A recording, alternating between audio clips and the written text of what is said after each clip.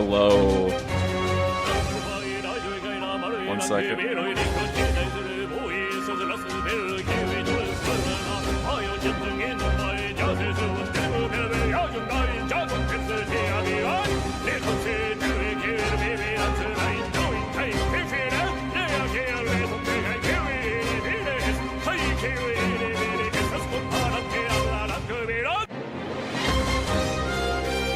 Okay, there we go.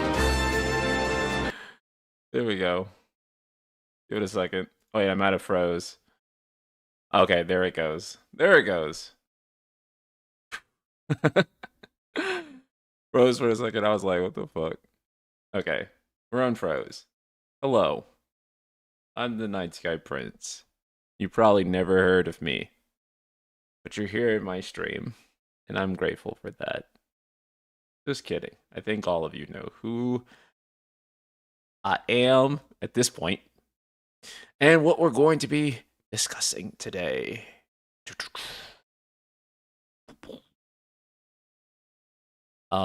Anyway.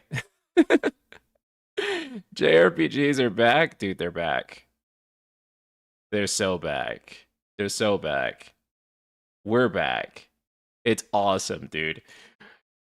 So, yeah, what I wanted to talk about today is the Metaphor ReFantazio reviews, which have been doing pretty good, actually, like shockingly good, better than I had even anticipated, honestly. And I thought it was going to get good reviews. You know, I thought it was going to score high. I didn't think it was going to score this high, though. Like, this is insane. If you had asked me prior to this, I would have said, you know, I don't think it'll score as high as Persona 5. I don't think it'll have the same impact as Persona 5, but it will be up there enough. That was my assessment, right? And I think that was a pretty fair assessment, right? Like, I think that was the assessment that everyone kind of like thought was going to be the case, right? Like, I don't think I was off on that.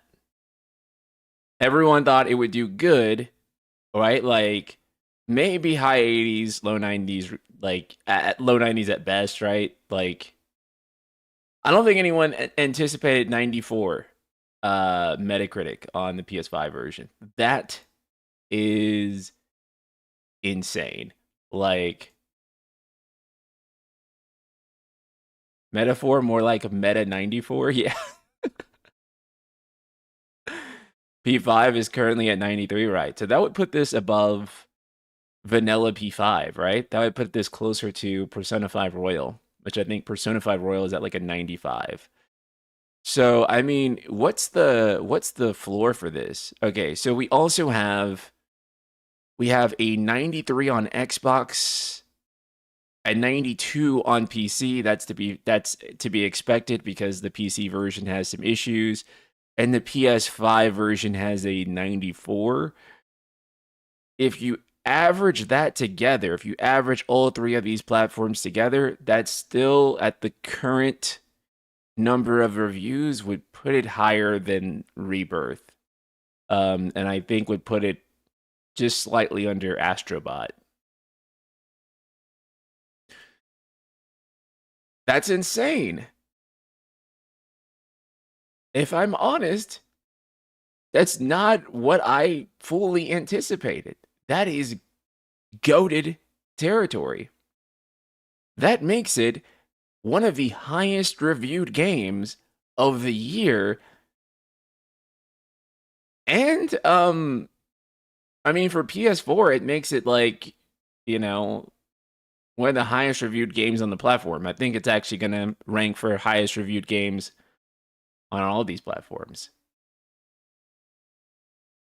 Guys, you know, like, this is insane. I think and, you know, we may have downplayed Metaphor a little bit too much because we may have said that, like, oh, this is a, you know, like a capital J JRPG. And it may not have, like, the mainstream appeal. Reviewers may discount it. It's not Persona. None of that fucking mattered, dude. None of it mattered. And the reviewers have glowing praise for the game. So it's incredible.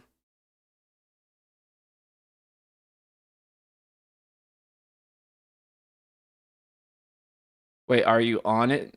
Wait, are you not taking Metacritic seriously? I'm not sure what you mean by that. Because there's a typo in there. Now, of course, I'll put it to you this way.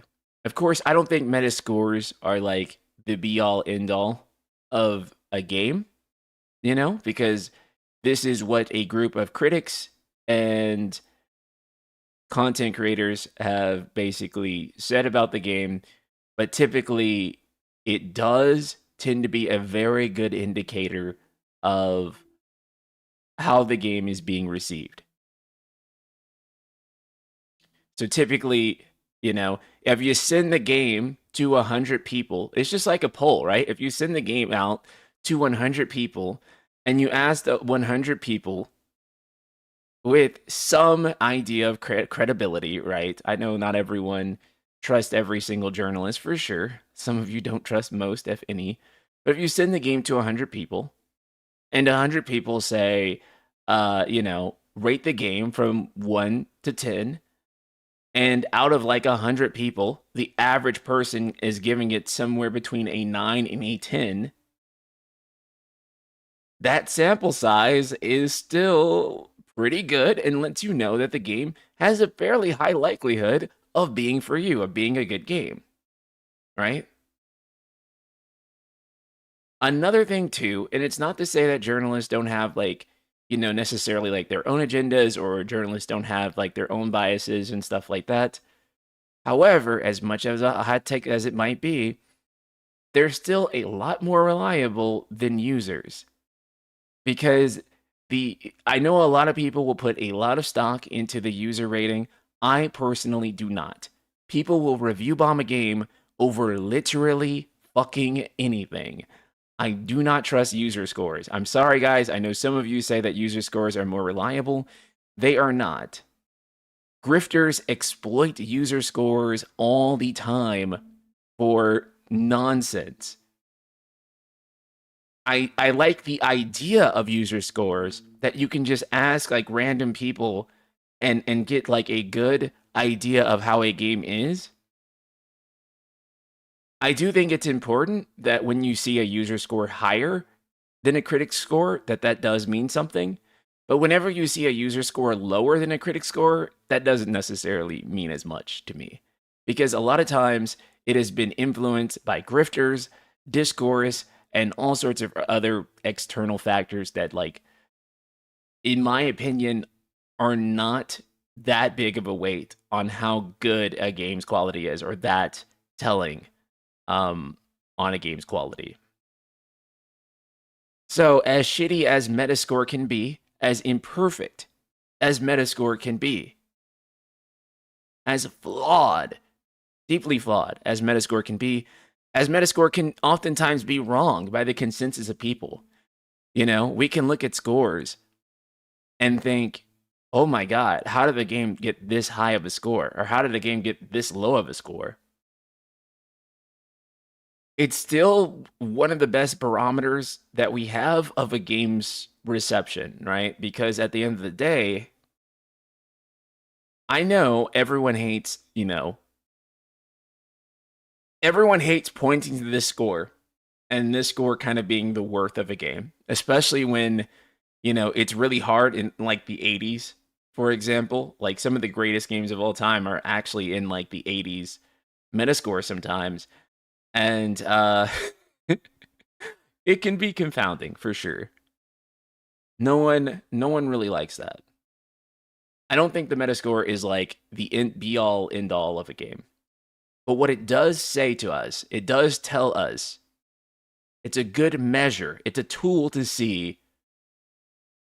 It's a tool to see how the game was received, what the impact, or how should I say?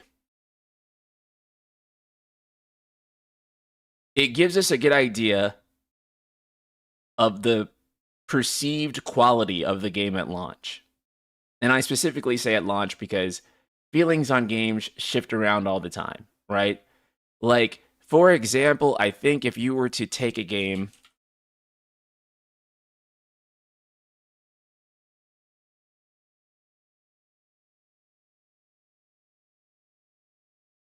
If this game came out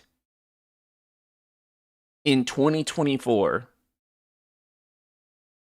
there's no way it would have a flat 80 score. MGR would probably have an 87 to a 90. This is the wildest comparison. I know it's the wildest comparison. I know it is. I'm aware. However, is it not true? This game would be so much better received if it came out. Now, another great example.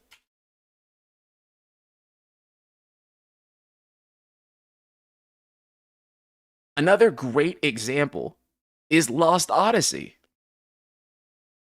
This game having a 78 Metascore has to be the most criminal thing that has ever happened in gaming. I do not know, personally, a single person who has played Lost Odyssey and would give that game a 7 out of 10. I do not know a person who has played that game and feels that way. Straight up. Most people would give this game an 8 or a 9. Right? Most people. Most people regard this as like, people joke and say this is the last like great Final Fantasy. People make that joke about this game all the time.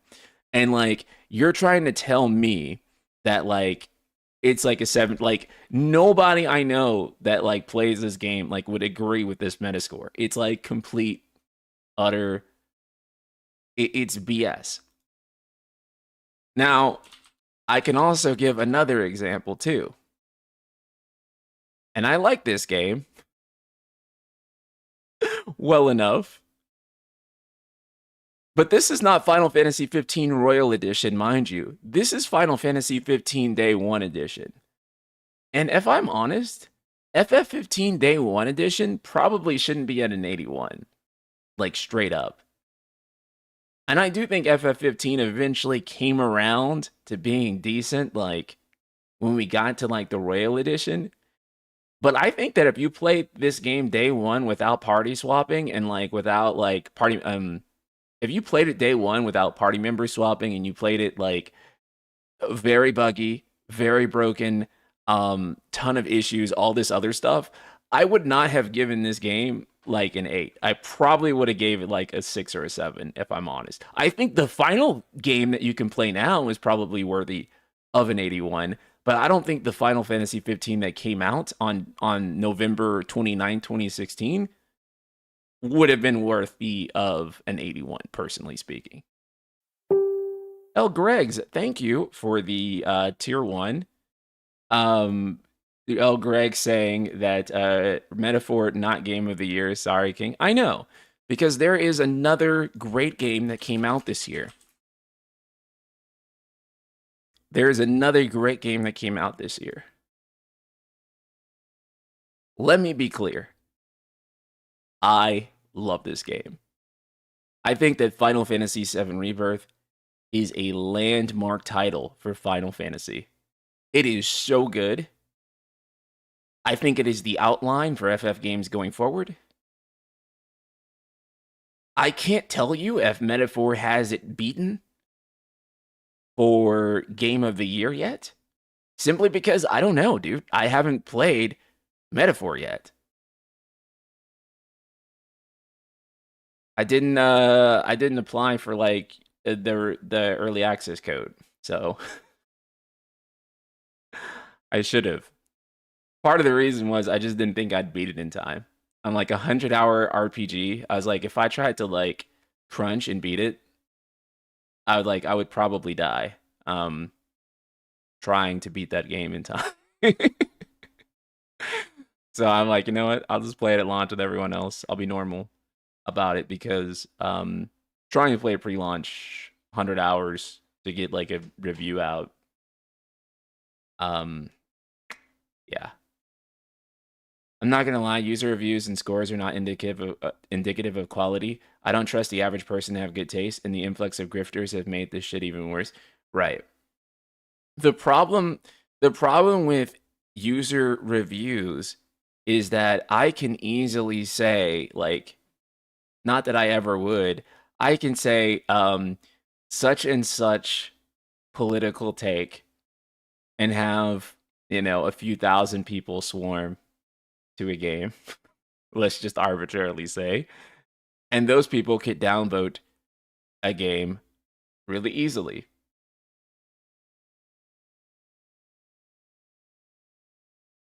And that would, essentially bomb the game, review score wise.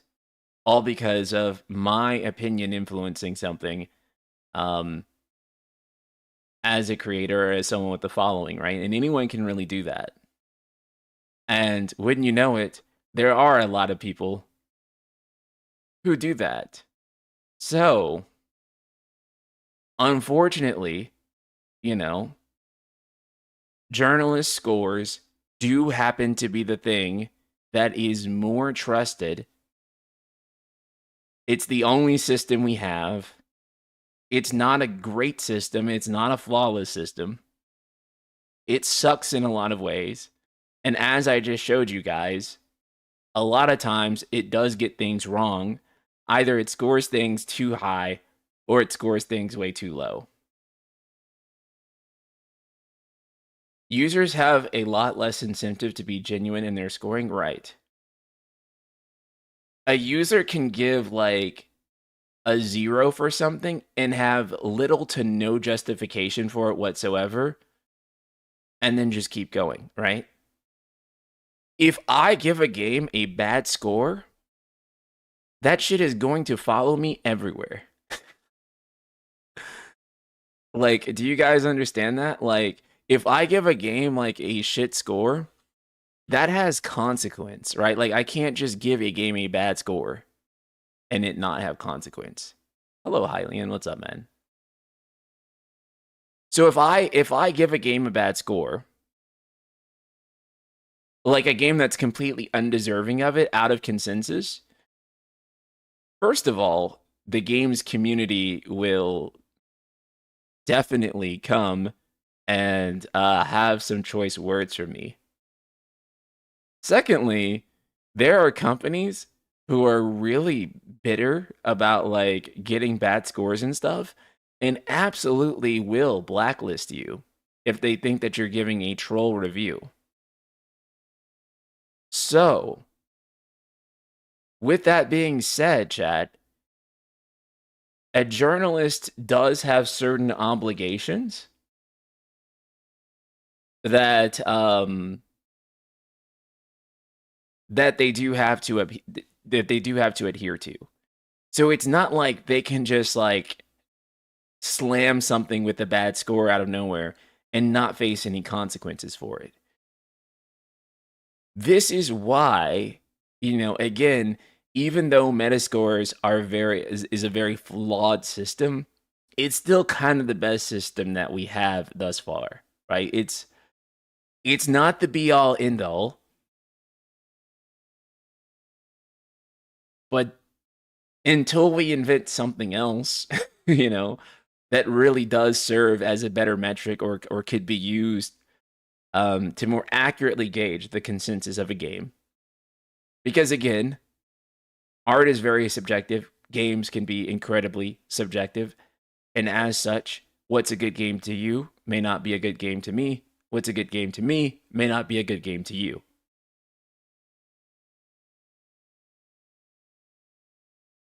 All we can do, the only thing we can do, is take the average of how people feel. And again, if we send it to, 100 people, which if you combine all the critic scores here, 25, 20, after everyone scores in, it'll be like 100 plus people across all platforms. And once you combine all those scores,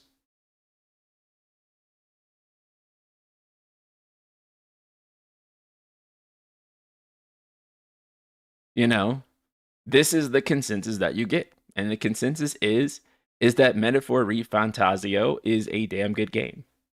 That's the consensus.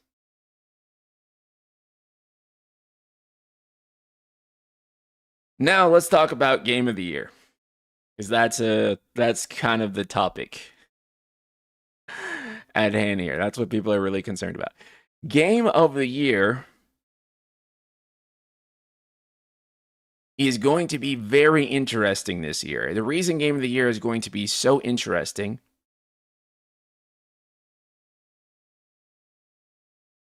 is because we don't have the normal AAA types of Game of the Year games that we normally do, right? The type of very AAA open world-ish RPG type games that you expect to get to be like the game of the year, right? We don't have that this year. Rapadusky, hello. This year sucks for deciding game of the year if you actually play games, for sure. Hi SP, I'm very happy with Metaphors getting high review scores. I did not expect it to be up there with P5. I didn't either.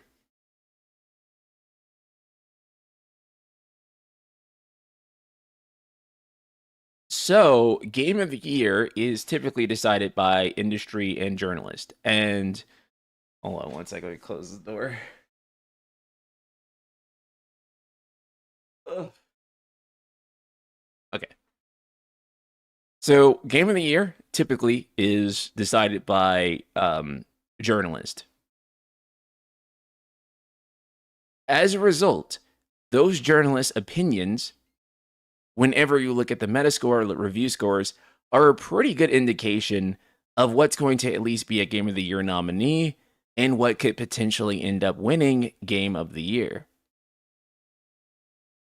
Which is to say, Metaphor has a really, really good chance of actually, one, being nominated. I think the nomination is secured at this point. And two, it has a really good chance of winning. Again, even though we don't have the sort of typical games that you would expect to win Game of the Year, I don't even think it matters right now. Because I think Metaphor is doing well enough that it'll still get nominated and potentially win.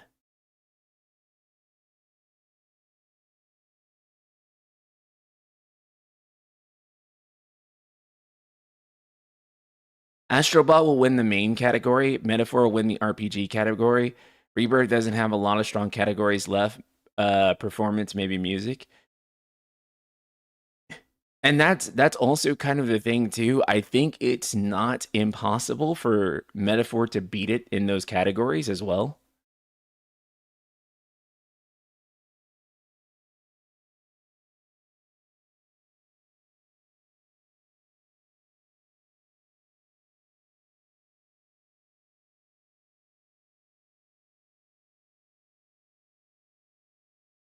I think the TGA nominations will be Metaphor, Astrobot, Echoes of Wisdom, Final Fantasy VII Rebirth, Dragon's Dogma 2, and Silent Hill 2 Remake. Hylian, I think you are exactly correct. I think that's the exact list of Game of the Year nominees. And realistically, it's going to be like a three-way battle between Metaphor, Astrobot, and Rebirth. And between those three, the winner will be, of course, I have no damn idea. However, it's going to be one of those three. I feel pretty confident in saying.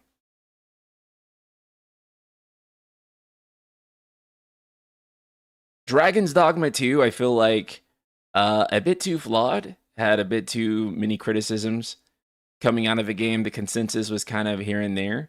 Silent Hill 2 Remake, really good, but it does kind of like review a little bit lower on the spectrum compared to Rebirth, Astrobot, and Metaphor.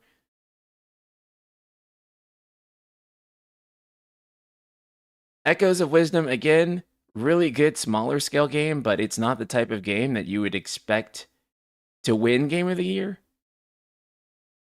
And again, Metascore does tend to be the big indicator on if a game is game of the year or not. Guys, I see a lot of you saying Black Myth Wukong. Black Myth Wukong's not getting nominated.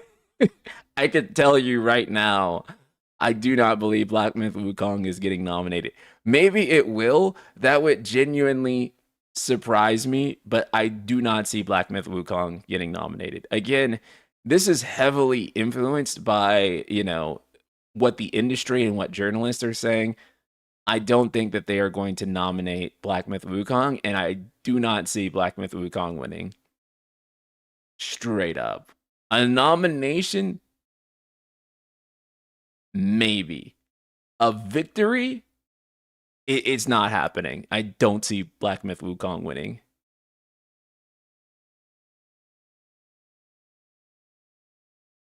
Like, just like purely barometer from like journalists and people in industry, I don't see it winning. I think it'll win. I think that China will have like their own game of the year thing and it'll win. But I don't see it winning like the Western Game of the Year award, right?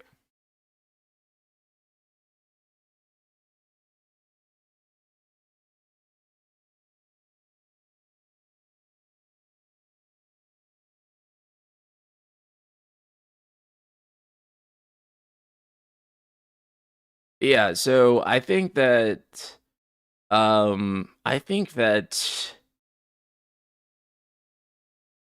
it'll be between Rebirth, Metaphor, and Astrobot. Another really big, like a really crucial part of Game of the Year is not just its metascore, it's also the influence that the game had, right? Influence is one of the biggest reasons that I'd say that even though Elden Ring and God of War Ragnarok were both incredible games, the game of the year for 2022 had to be Elden Ring because Elden Ring's influence just absolutely and completely outweighed and dominated God of War Ragnarok's. Elden Ring was the video game at the time, and it was changing discourse around video games and such. That level of cultural impact, again, rarely seen. And so I do think that cultural impact is a massively important metric for what determines what is game of the year. And so sometimes a game that you could argue is better, or even reviewed better, or sold better, or all that other stuff, if it kind of shapes the discourse of the year, if it shapes like video games going forward, then it wins. Same with Baldur's Gate 3, right? And like Baldur's Gate 3 hit like pretty much every check mark, right? Because Baldur's Gate 3 wasn't just a fantastic game, it also changed the way that we talk about video games. As a result, there was only realistically one winner there, and it was Baldur's Gate 3.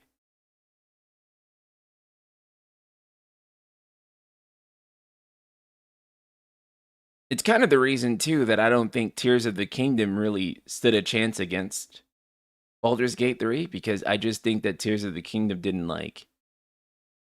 While a good game, it didn't shape the course of how we talk about video games or like how we think about video game development or those sorts of things, right? It didn't cause that big shift. Cultural impact is really important for how we define game of the year. I mean, literally, the game of the year, the game that defines the year, right?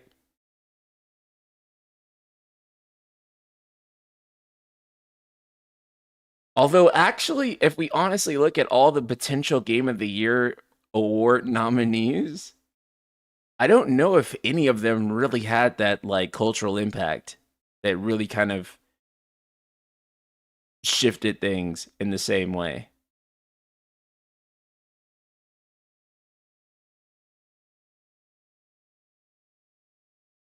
I don't know if any of those games really did, honestly. I don't think Rebirth really did. I don't think Astrobot necessarily did. Uh, I don't think Metaphor is going to either. Although it could. In a weird way, it could end up doing it um by winning. I know that sounds paradoxical, but yeah. The reason is because we may have this year a JRPG that wins. In fact, it's looking incredibly high that two JRPGs are going to win, which is huge. And actually, if you really think about it, with us saying that the three games most likely to win Game of the Year are Astrobot, Final Fantasy VII Rebirth, and Metaphor, that says a lot, dude. Because think about it. What that means is that each one of those games is going to have a profound impact if it wins, which is really exciting.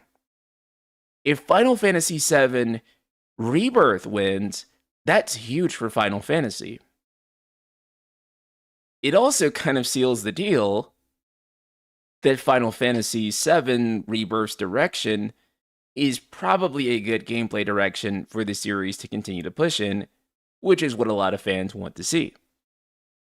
However, Rebirth winning will also launch a lot of discourse too, because we'll have to like really sit and contemplate the idea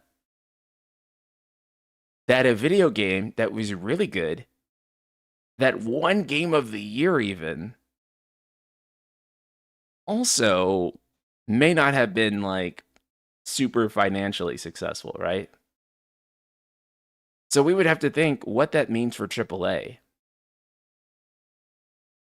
Because what does it mean when a game can be so good, can win Game of the Year, and yet and yet despite all of that, still not be financially successful and viable?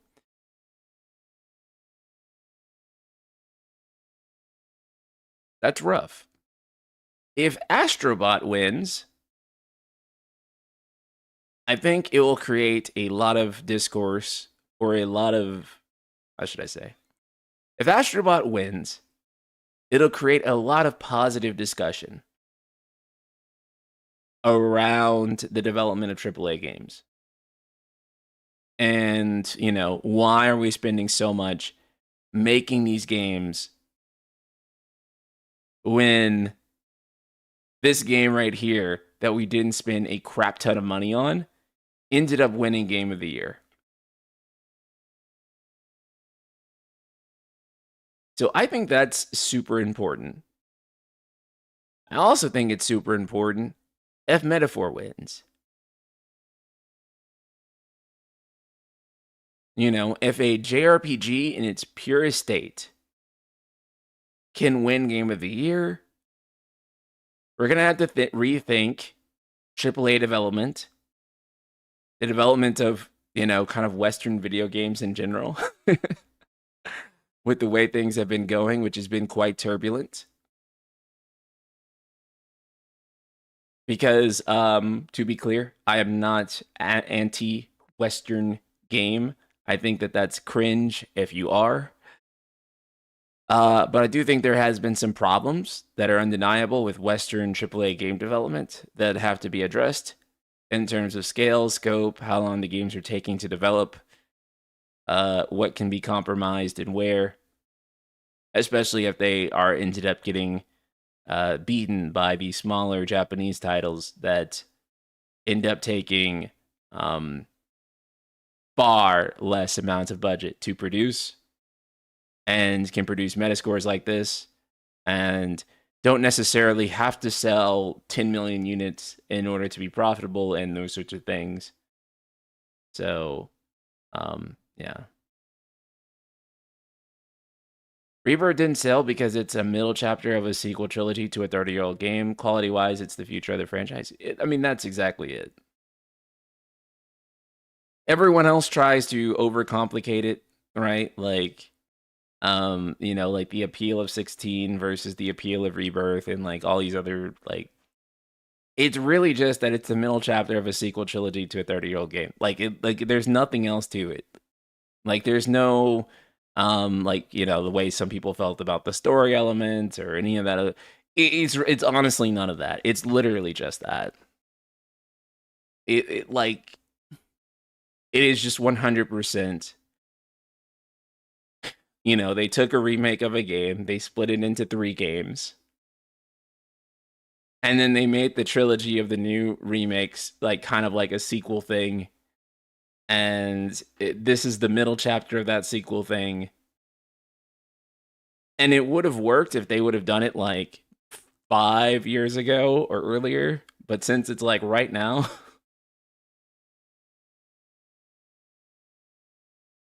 that's like really what it is. I still don't believe that this can be the only. I don't think it's like the only reason, but I think it's like the main reason. Because something like that is just way too hard to dive into for like everybody else.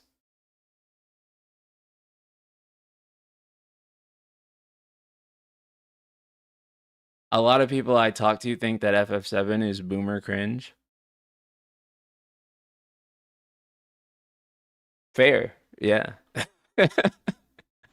I got that same impression from talking to my nephew about it. He thinks Persona is cool though, so that says a lot.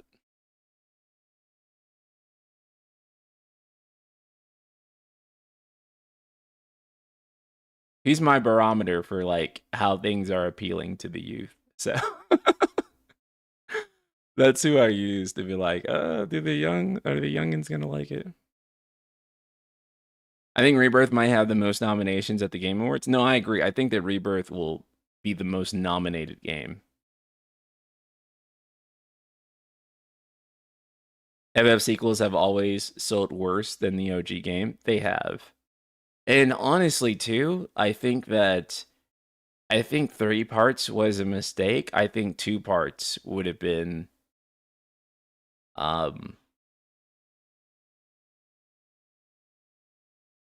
think 2 parts would have been the better choice.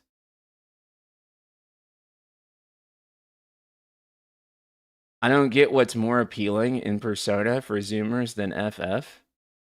Yeah, art direction is one. The look of Persona is also stylish too. Anime is in, guys. Like anime is not cringe anymore. Like, let me tell you something. This is how I know you're like a boomer, like a gaming boomer. Like, I think that like for elder millennials, they have like this distinction between anime and like JRPGs where they're like, oh no, anime is not JRPGs. It's different. That's the way that boomers kind of talk about it and assess it.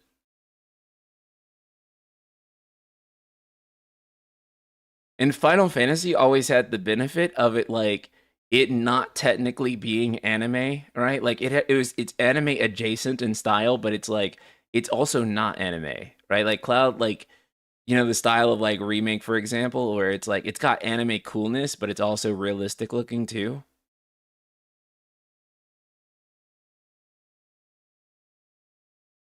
Like if you're a millennial growing up and you were like I like anime, they beat your ass in school.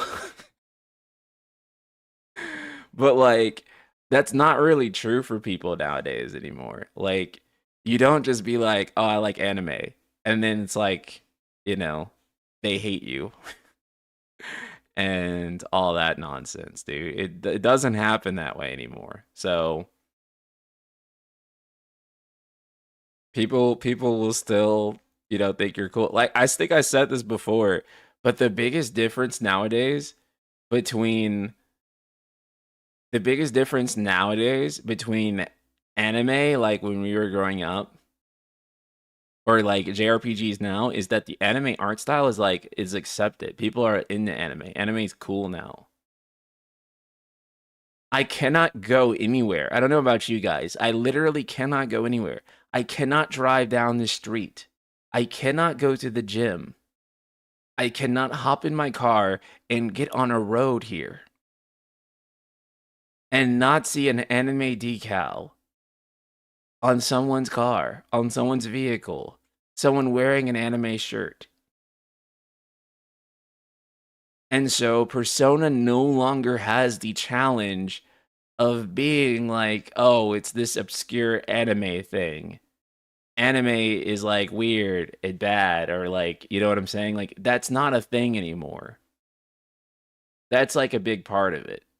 And so Persona's art style already appeals to, a younger generation and an older one too. Because people like anime. Genshin Impact made a huge impact for anime games. Genshin Impact is also like a huge influence, dude. Hoyoverse stuff like really made anime game not cringe anymore. It's cool now. Like people don't hate it like they used to. So you can put out the anime game and it's okay. Um it's not the cringe fest that it used to be.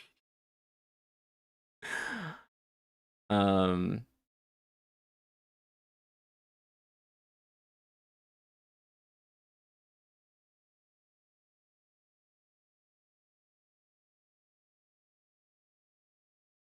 Now you get bullied for either liking the right anime or liking the wrong anime. Yeah. Now you get bullied based on what anime you watch, but not liking anime, right? If anything, if you don't watch any anime, it's like you're culturally irrelevant, really.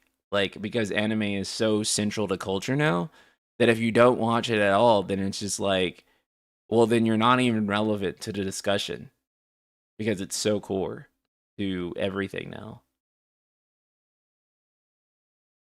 Another reason too is that Persona just has great music. It's got some really accessible gameplay. It has very character-driven stories that also tackle like a lot of really interesting themes. Persona's also current, right? Like it's also, you look at the characters and uh there's a big party and there's always a character that you're going to like, which is kind of the benefit of being a JRPG, by the way, and having a party, a diverse cast of characters, is that like everyone's going to find someone in that party and be like, oh my god, that character's just like me, or oh my god, I love that character, right? And that's one of the reasons with Final Fantasy that I preach so hard that the party does have to be there. Like it does have to be big. I do think that was something that 16, if I'm completely honest, did drop the ball on. Not to say that 16 didn't have a wide cast of characters, but it didn't have a party. And I don't mean just like playing as that party. I mean like an actual like party in like honestly even really in the story way, the narrative way that I was kind of disappointed by because I thought they would function more like the Scions of the Seventh Dawn. But even then, the narrative and the bonds of the party wasn't really explored in the way that I hoped. Like, if there was more dialogue, more banter, more downtime dedicated to the building of the camaraderie and the relationships of the party members, I think it would have worked. But also too, I gotta be honest, I really do think that like playing as the party members is kind of essential. So you want more friendship? I want more relationship, let's just say. I don't think they necessarily always have to be best friends or anything like that. Like a hug in a circle, kumbaya, like, oh my god, we love each other, best friends. But I do think I need to intimately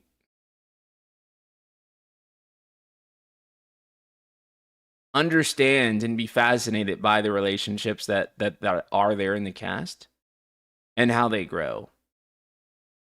I guess you could describe it as friendship, maybe. You know, I think about like a really strong party for me other than sevens was naturally Final Fantasy X, of course. I think Final Fantasy X. I mean, in my opinion, if you're asking me, I like 10's party probably more than sevens. Their party dynamic as a whole, I enjoy 10's more than seven because I do think that found family is like a really important aspect of it. And again, 16 does have that, but I just don't think that it focused on it in quite the same way that like something like 7 or 10 did. Um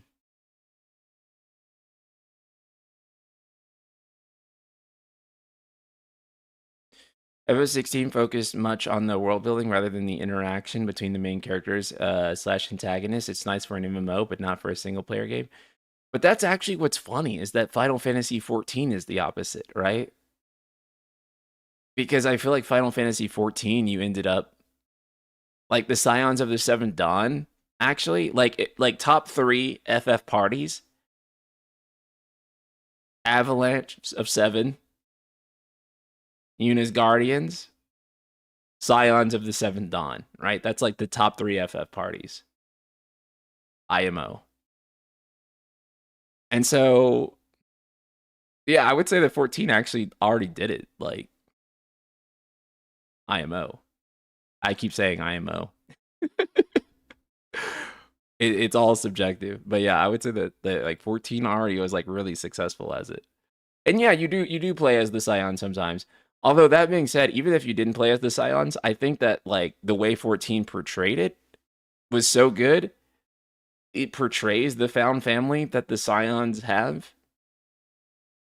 Anyway, what I'm trying to say here is that one thing I think that like is a huge benefit of JRPGs that makes JRPGs stand out from other games.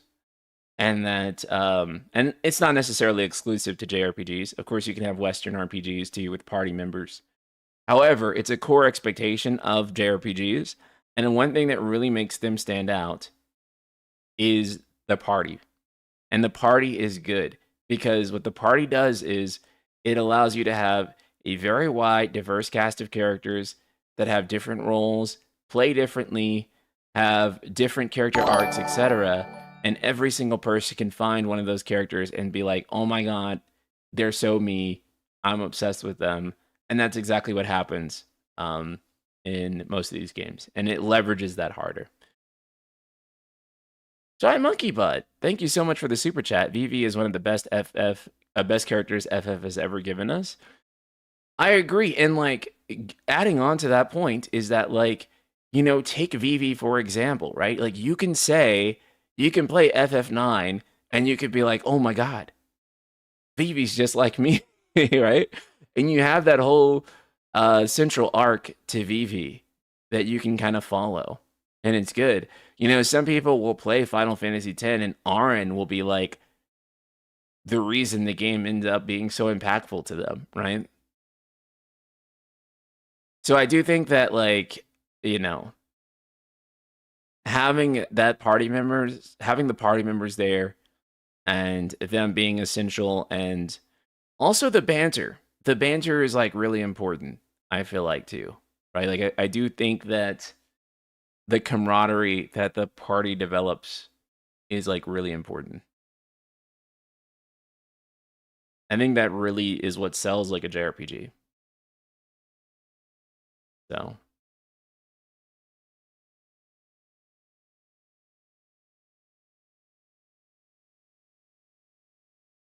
CPU3's greatest weakness is their quest design. It's just boring a lot of time. I mean, that's true. That's not false at all.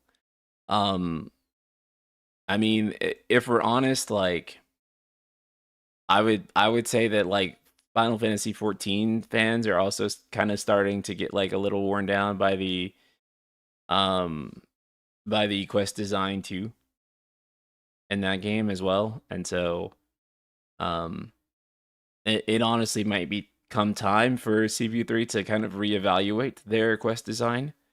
There's a reason that it's formulaic like that. The reason is because they know an exact number of people and a budget and all these other sorts of things that they need in order to make X amount of content. The problem is that while that keeps games on time and on budget, it also keeps them incredibly predictable in terms of content. And so you always know um, exactly what you're going to be getting. Did you see about Sparking Zero's score? Yeah, Sparking Zero actually got a really fucking good score. I think it's sitting at like an 85, right? So that game also performed really, really well. I mean, for an anime game, and I mean like anime, like based on an anime, to get an 85 for a Metascore is like one of the greatest in his genre of like all time type shit. So that's pretty damn good for Sparking Zero.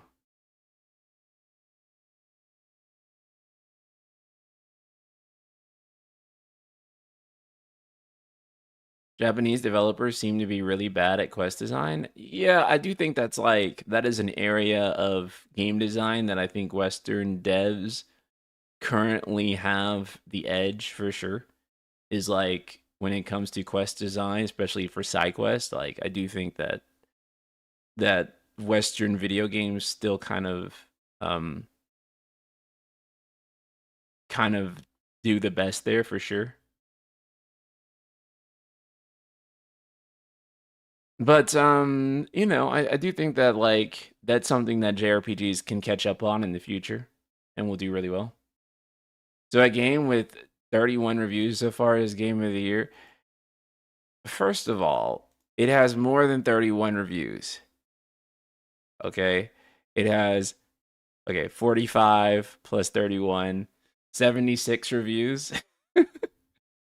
So, yeah, it has 31 reviews for one platform, which is the platform that 90% of people are going to buy it on. Um,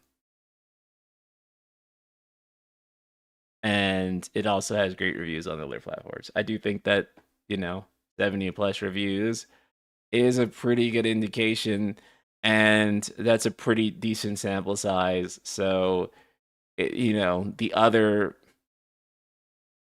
reviewers coming in, it's probably going to stay at 90 plus, is what I'm saying.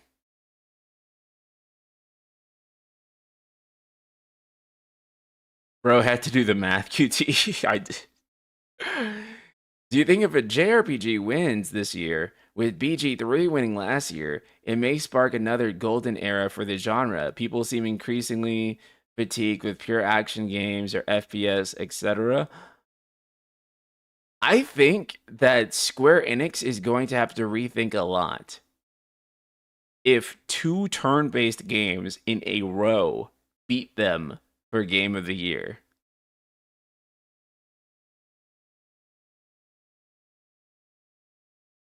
I think they will have to rethink a lot.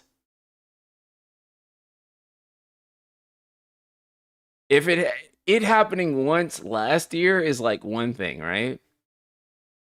But it happening twice,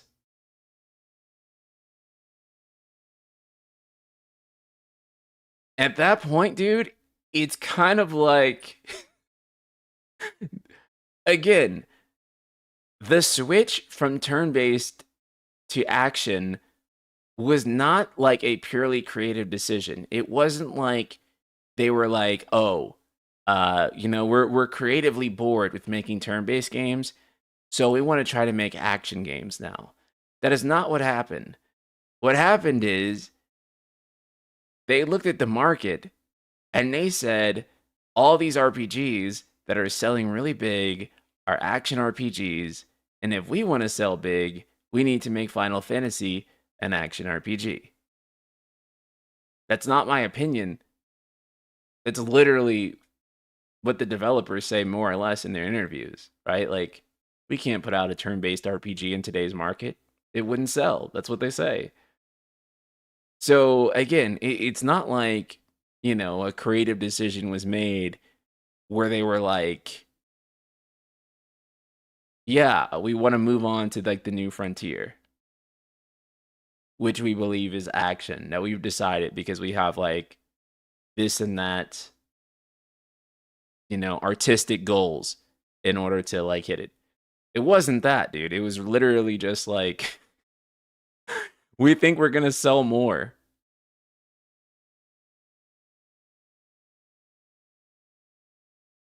But the reality has been that that hasn't necessarily been the case. It was the case with Final Fantasy 15. Like Final Fantasy 15 did sell more, being an open world action RPG for sure.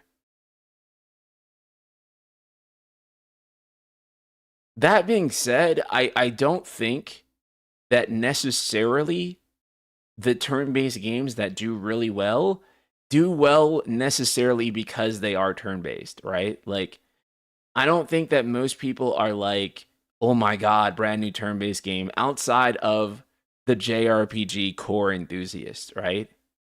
It's usually something auxiliary to that turn-based element that makes it interesting. Whether that's Pokemon collecting, or whether that's fornicating with a bear. Right? And so, I don't think that turn-based games are selling on the fact purely that they're turn-based alone. And people are like, in the mainstream, are like, oh, it's turn-based. I want to go buy it. That's not what's happening. What's happening is that these games are fantastic role-playing experiences, right? They allow you to do interesting things in the role, which is usually empowered by the turn-based combat. So whether that's the deep role-playing that's offered by Baldur's Gate 3, where you can choose who you're going to romance, what class your character is going to play as, and all these different options. Or whether that's Pokemon, and you're collecting all these different Pokemons, and then you're creating your party, right? And then you're leveling them up, and then, teaching them different abilities, having different builds. It's the role-playing elements that people get sold on, and not necessarily the turn-based combat itself. However, what you'll notice is that in both of those games, turn-based combat really empowers the role-playing. You cannot have a game as deep as Baldur's Gate 3's turn-based happening in real time. Maybe you could. But the game is better because it's turn-based, right? Like, it gives you all these crazy options for strategizing, and anything you can imagine can happen. And in part, that only becomes practical because it is turn-based.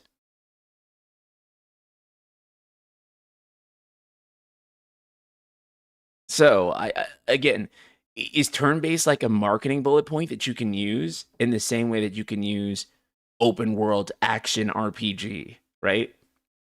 In the same way that you can use, this is our brand new Souls-like. No, turn-based is not that. Not for most people, not for people who are not knee deep into JRPG, and not for people who are not essentially video game boomers like us who have very idealistic notions about turn-based. However, it's really good if you can make all the role playing around it really sell. because it's the role playing meta to the combat that actually sells the turn based, right?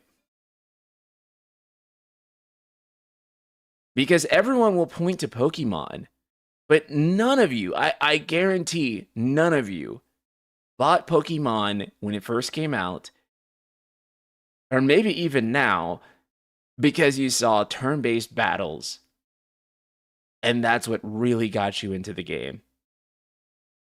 That's not why you're into it. You got into it because of the role playing aspect of being a Pokemon trainer and going around and collecting these creatures and training them. Yes, the fantasy of the Pokemon trainer. What it boils down to is selling you the fantasy of being a Pokemon trainer and not the turn based itself. So, yeah, a turn based game can be a mega million seller, but it's not typically because it is turn based. It's because it's a good role playing game.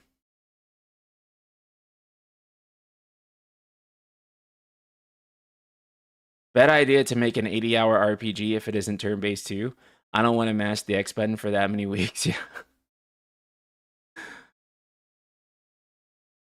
No, I completely agree.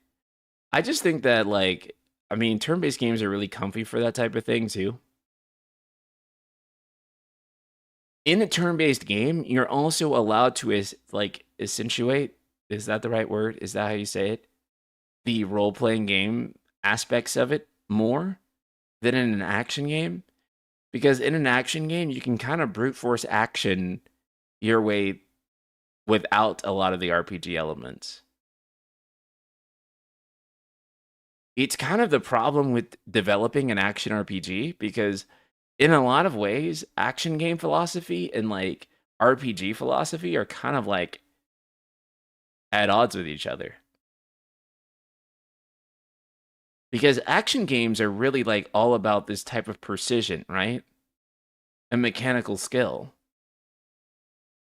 Whereas RPGs, in their purest state, focus on character progression, the choices that you make, elemental weaknesses, and those sorts of things.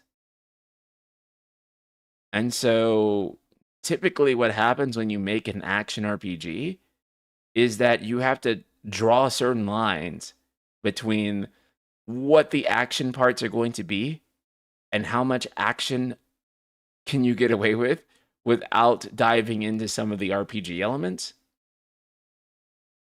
It's an incredibly hard balancing act, right? Because those two design philosophies in a lot of ways are counterintuitive to each other. That's why Final Fantasy 16 like doesn't have that many RPG elements. There's no room for them. They ruined the Devil May Cry aspect of it. Like if you had to manage elemental weaknesses, then you couldn't be doing all those crazy combos. Because you'd actually be nerfing yourself on damage. Like damage, I mean, the expressiveness would suck because the correct thing to do would be like to keep blowing the thing up with Shiva, right? Because it's a fire enemy. And so, you using Phoenix's moves on that fire enemy wouldn't make sense, even if it looks cool and feels cool. It would actually make the game system suck. Which is why when people say, oh, they should make 16's combat return, but this time it has like elemental weaknesses and like status effects and stuff like that. They've already thought of that, guys. They removed it. Trust me. It's not like they were like, oh yeah, we just forgot to include it, or like, oh, we just didn't want to do it this time. No, dude, they already knew about it when they were designing the game. It was already a factor that they considered, and then they came to the conclusion after experimenting with it. In fact, I'm willing to bet that if you look into it deeply enough, they already had builds, prototype builds where it was a thing, and then they were like, that shit doesn't work for this type of game. Elliot Wilderman, thank you so much for the membership. Metaphor is on fire. Can't wait to play. Thank you so much, Elliot. I appreciate it. Thank you for being a member.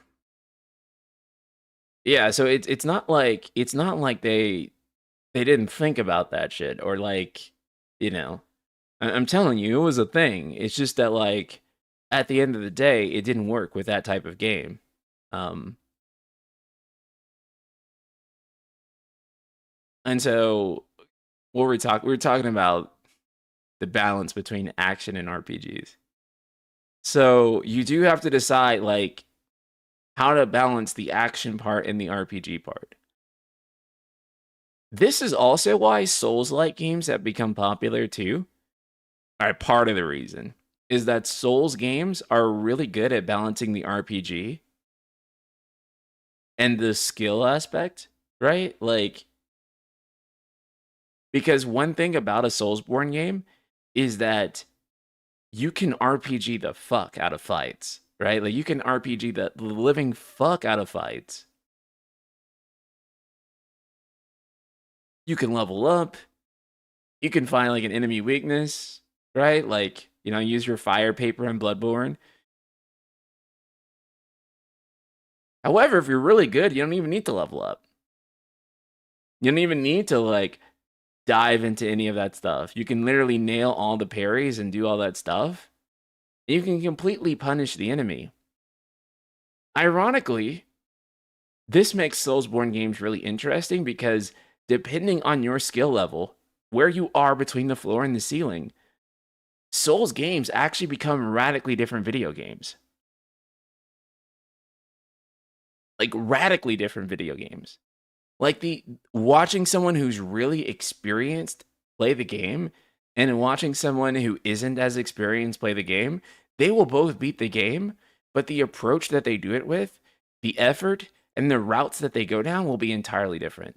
And it's incredibly fascinating to watch and see them make those different decisions. And it is that decision making that makes Soulsborne games kind of the ideal hybrid of action and RPG, right? I might be getting too meta with this, but I like action RPG also kind of describes a choice in the game. That may sound weird, but like follow me for a second. Because you can be so good at the action element of a action RPG that you don't even need to lean into the RPG element at all. Some people do this intentionally. They lock out elements of the RPG aspect of the action RPG and purely lean into the action game element. And then that's how they do it. And alternatively, with action RPGs, you can lean into the RPG element and not particularly be great at the action side. And you can beat the game, right? That's very true of Soulsborne games in particular. Like they're the apex of it, I believe.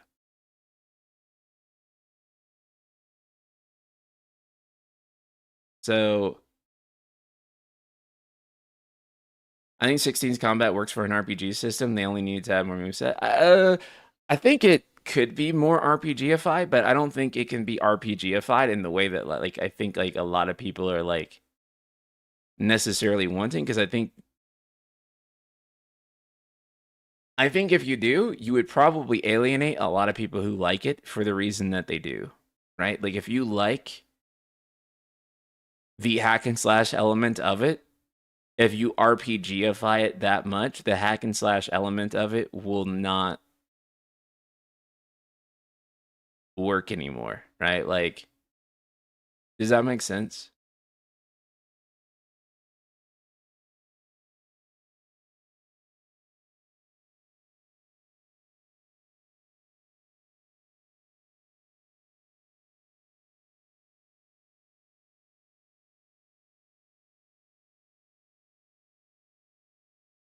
Right. I wouldn't even try to RPGify it more. I would Devil May Cry it more. Like if they brought it back, like I think RPGifying it more, like maybe like the progression systems, yes. I would RPGify the progression systems more. But like the actual combat, like yeah. Souls games aren't real RPGs. I don't mean to call you out, but that's like the worst take. To me, like IMO, that's like the worst take.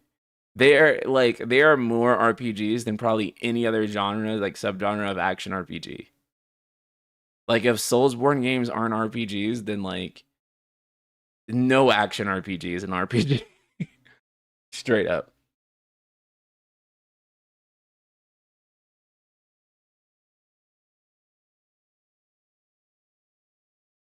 Like they are like the most balanced between the action elements and the RPG elements. I don't know another game that is like more true balanced between the action art elements and the RPG elements.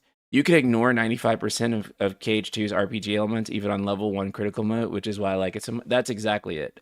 KH2 is also a game that like describes like what I'm talking about, where KH2 like presents this option where the action and the RPG are like a choice between each other, right? Like you can ignore the RPG or you can like lean hella into the RPG.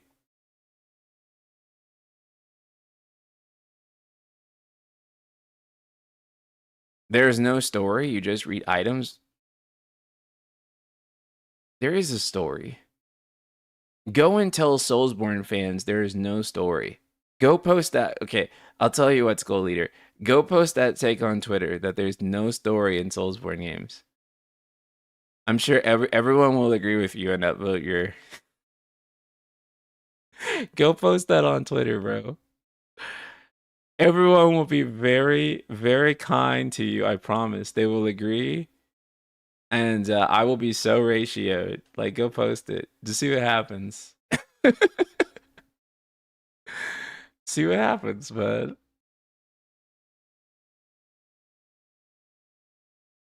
it doesn't have like an explicitly told story, but like you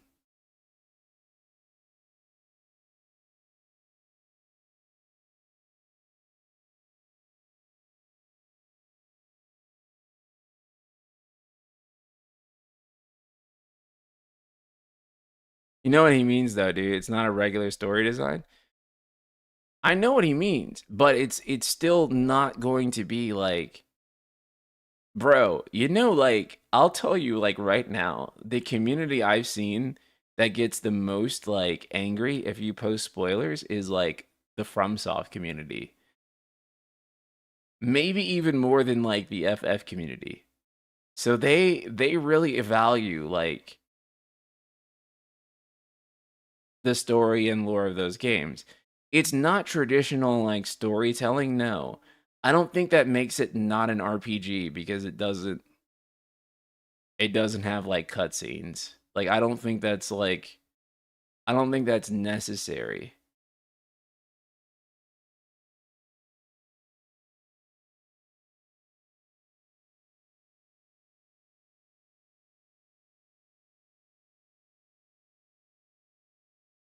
It is more lore than an active story, but like that's fine. You're kind of exploring the story itself. It's not explicitly given to you. But I don't think that yeah, it's not driven by cutscenes and stuff like that. But I don't think that that doesn't make it an RPG. Like, you know what I'm saying? Like I don't think that that's like I don't think that that's like even a requirement of the how do FromSoft fans get mad about story spoilers and most of them watch Vadi video anyways? I don't know. Visual storytelling is storytelling, right? It's not explicitly told storytelling. But is that a requirement of an RPG? Like, would you consider a game not an RPG because it doesn't have explicitly told cinematics that explain and have characters and such like that. I don't personally think that that is necessary. Only 31 reviews is Metaphor. Okay, we gotta go through this again. It does not have 31 reviews. It has 76. Thanks. I'm sorry, Rebellion. I don't mean to clap back at you like that. But you're maybe the fourth person to say that. It has 76 reviews. Rebirth has 151. Right, but like when Rebirth only had 70 reviews in, it was still at like a 90 something. It's not going to sink down to like an 87. That's not how sample sizes work. Like it's not going to like sink down to like, oh, it's like an 80 now after like the other 70 reviews work. It probably means that the other 70 people who are going to review it are going to have probably pretty similar takes, and it's probably still going to stay at a 90 plus. So, storytelling in Souls games are great in that it encourages you to look for details if you want and doesn't hold your hand for you. Right.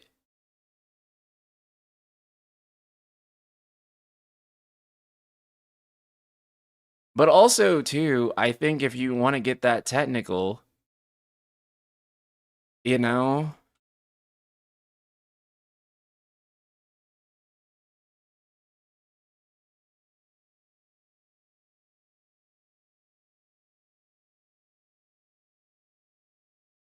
this game only has 20 reviews.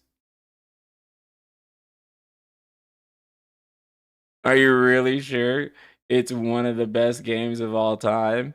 There's only 20 reviews, bro. Like, you know what I'm saying? Like,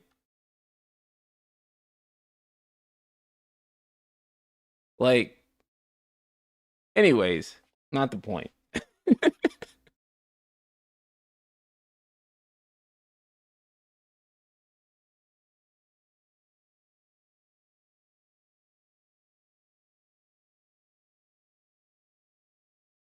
Not the point.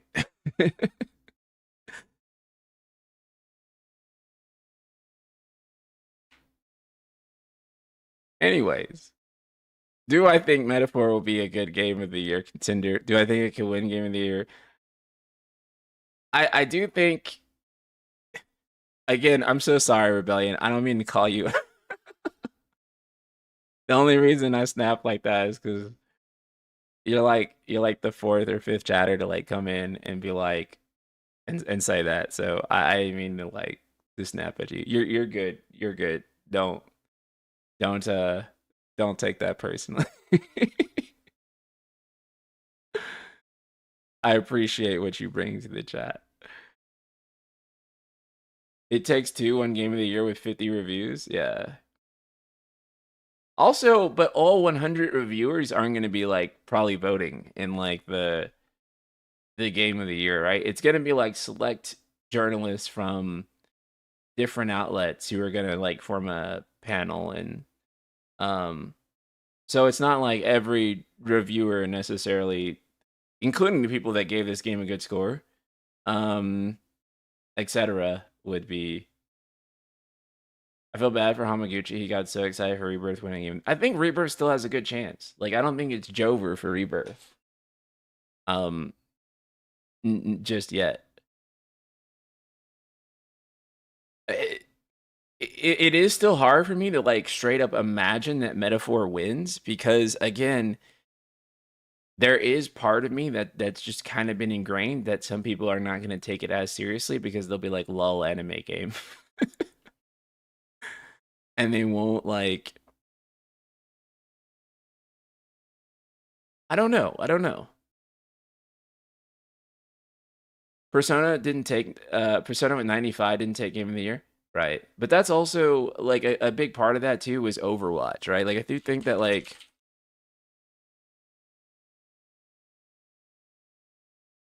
um because even though Persona had a 95,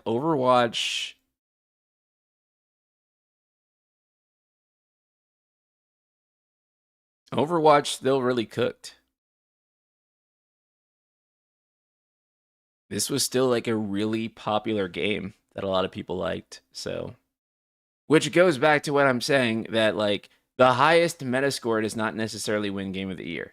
Otherwise, there would be no anticipation or build up to Game of the Year. We would already know, right? Like now, yes, a high Metascore, particularly if you have the highest Metascore that year, does heavily correlate with you winning Game of the Year. And the reason is because if those same journalists or many journalists in the circle are going to be voting, they're going to have a panel and vote on the Game of the Year, then it only seems likely to me that if those journalists really praised one thing, they'll probably vote for that when it comes down to it, when they're at the Game of the Year panel. I do also think that fans are like are an impact, right? Because we vote for it, and then also they pick from there. So fan votes are another thing, and Final Fantasy VII Rebirth is going to get a lot more fan votes than probably Metaphor and probably Astrobot. Because out of all these games, Final Fantasy is going to have the biggest fandom, more than likely. So I think it's going to be big. One thing encouraging is that Hamaguchi and the rest of CBU1 have already hyped up Part 3 of the remake, which shows that Square Enix is still investing in the final part despite low sales. Yeah. I don't expect Part 3 to be a step down in any regard, right? Like I don't expect Part 3 to not be committed to the course. And the reason is because could you imagine if it wasn't, right? Like they're kind of too locked in at this point. If they stepped down for Part 3, if Part 3 wasn't like a huge deal, could you imagine how demoralized people would be with Square? Like how bad that would be? Mango Titan, thank you for the Prime sub. Like, could you imagine like what would happen? Like the discourse surrounding it? It would be so Jover for like Square from like a morale perspective. People would be like, dude, it's fucking over. Like,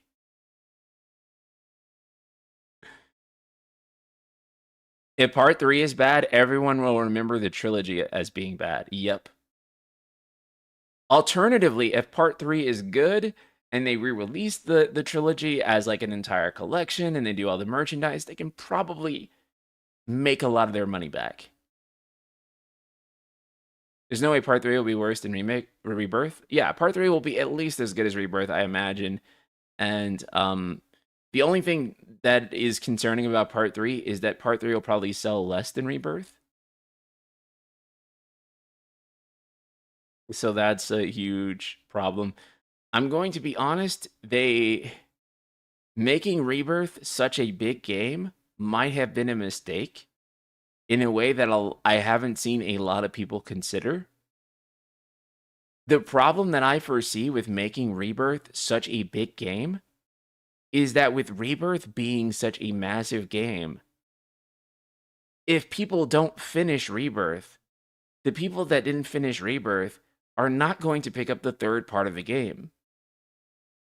As a result, the sales of part 3 could be even lower than part 2.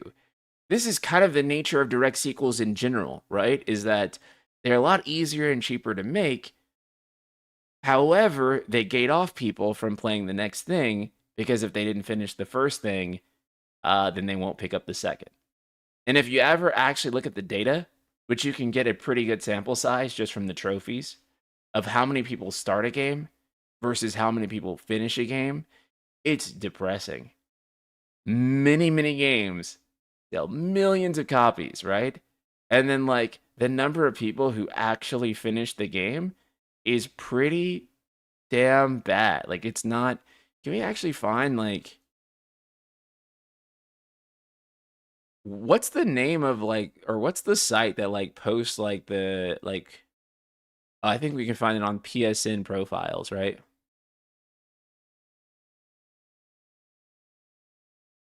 Okay.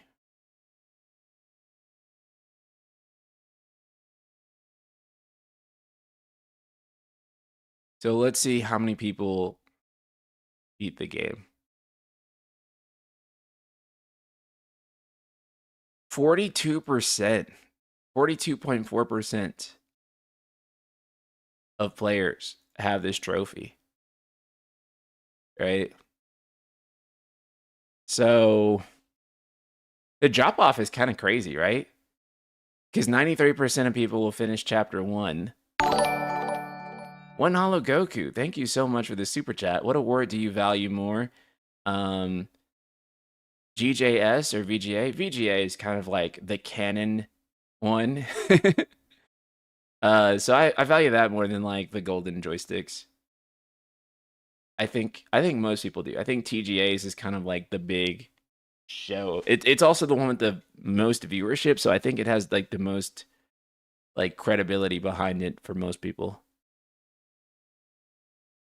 The clear rate is not that bad for an open world game, right?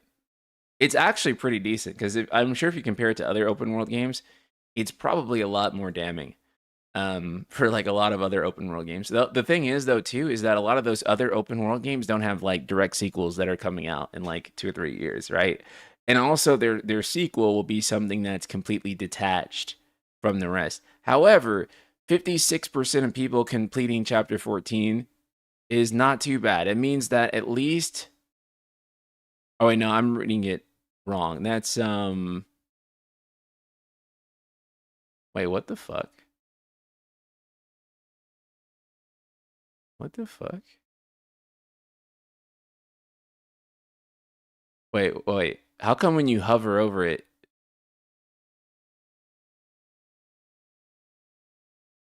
Is this wrong, chat? Like, chat, what am I looking at? How come when you hover over it, it's like there's a different number?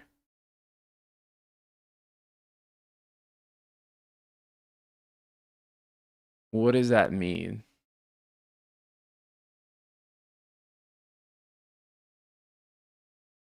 What does this mean? Can we find another one?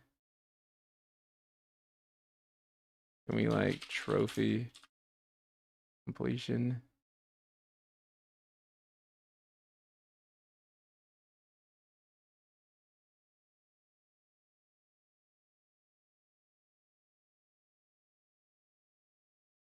Is that the only one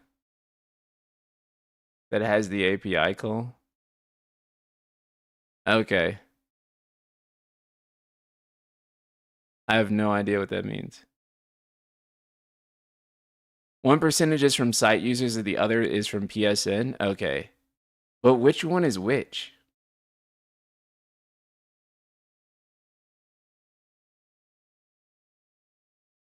Okay, we can do this from PSN. Okay.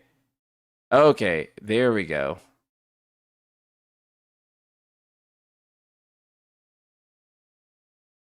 PSN is the one I want.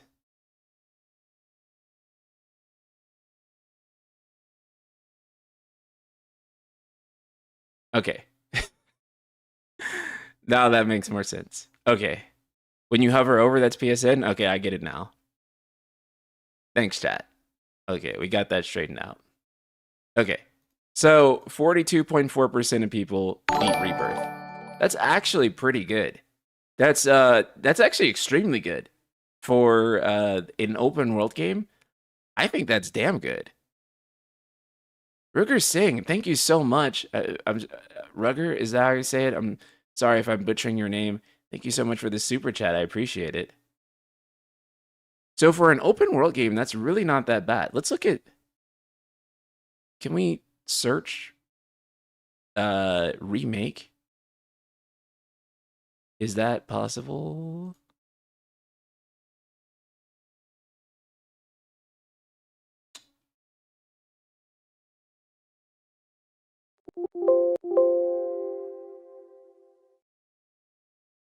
Oh my god. Is there not a way to just search? Oh, here we go.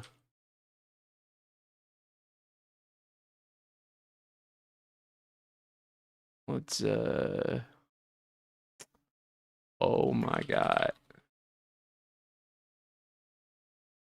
Okay, we'll just take the North American one.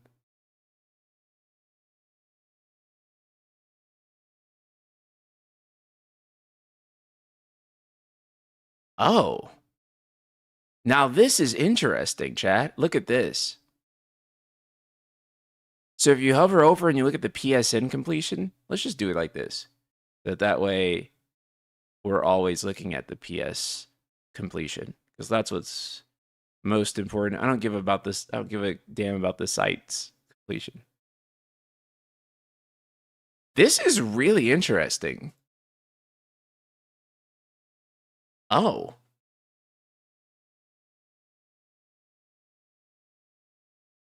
Chad, this might be, you know,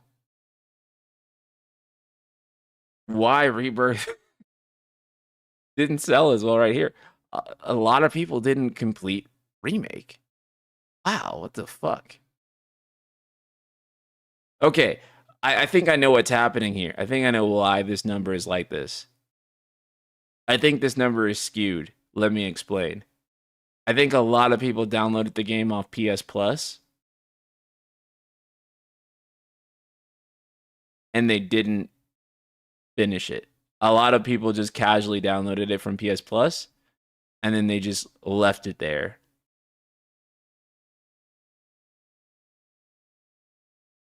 And then that's why the chapter drop off is like so scale like that. That's probably what happened. Actually, let me see something. When is it that most people kind of fell off of the game? Like, what chapter is it?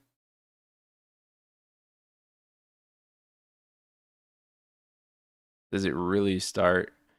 I mean, it's kind of a slow progression. It's kind of hard to tell. Maybe if I go back to not alphabetical. What is it? Grade? Or PSN? You look at that.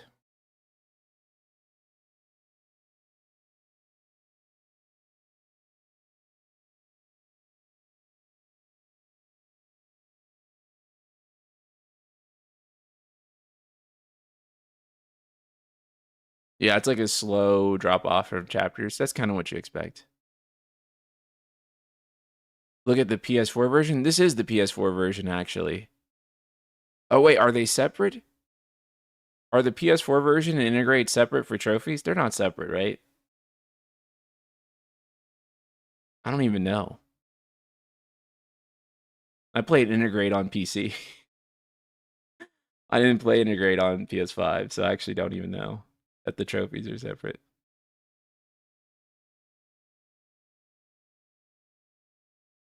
This is the PS5 version. Look at the right. Oh, okay. You're right. Can we get the PS4 version? Because if we can get the PS4 version, that would actually give us a pure look at the game.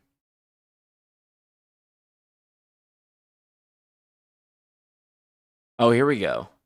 Here we go.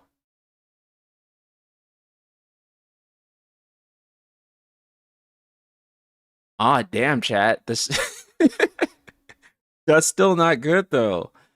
That's still 34.8.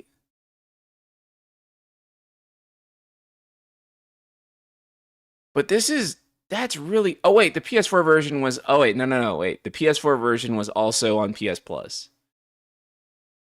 So that doesn't make this better.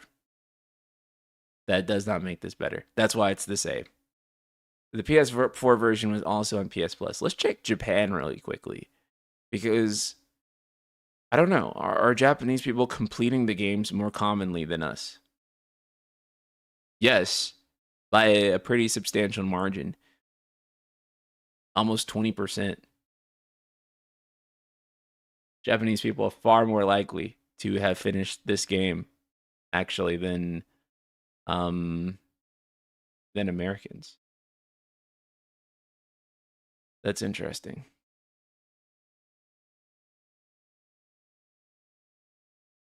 Kind of doesn't like surprise me either, right? Because I feel like that aspect of maybe like Japanese like work ethic even can like maybe even be applied to like finishing a game that they start. I can imagine that. And also too, when you think about the kinds of games that Japan makes, they tend to be really long. And so I feel like for them, completing a game like this is pretty fair.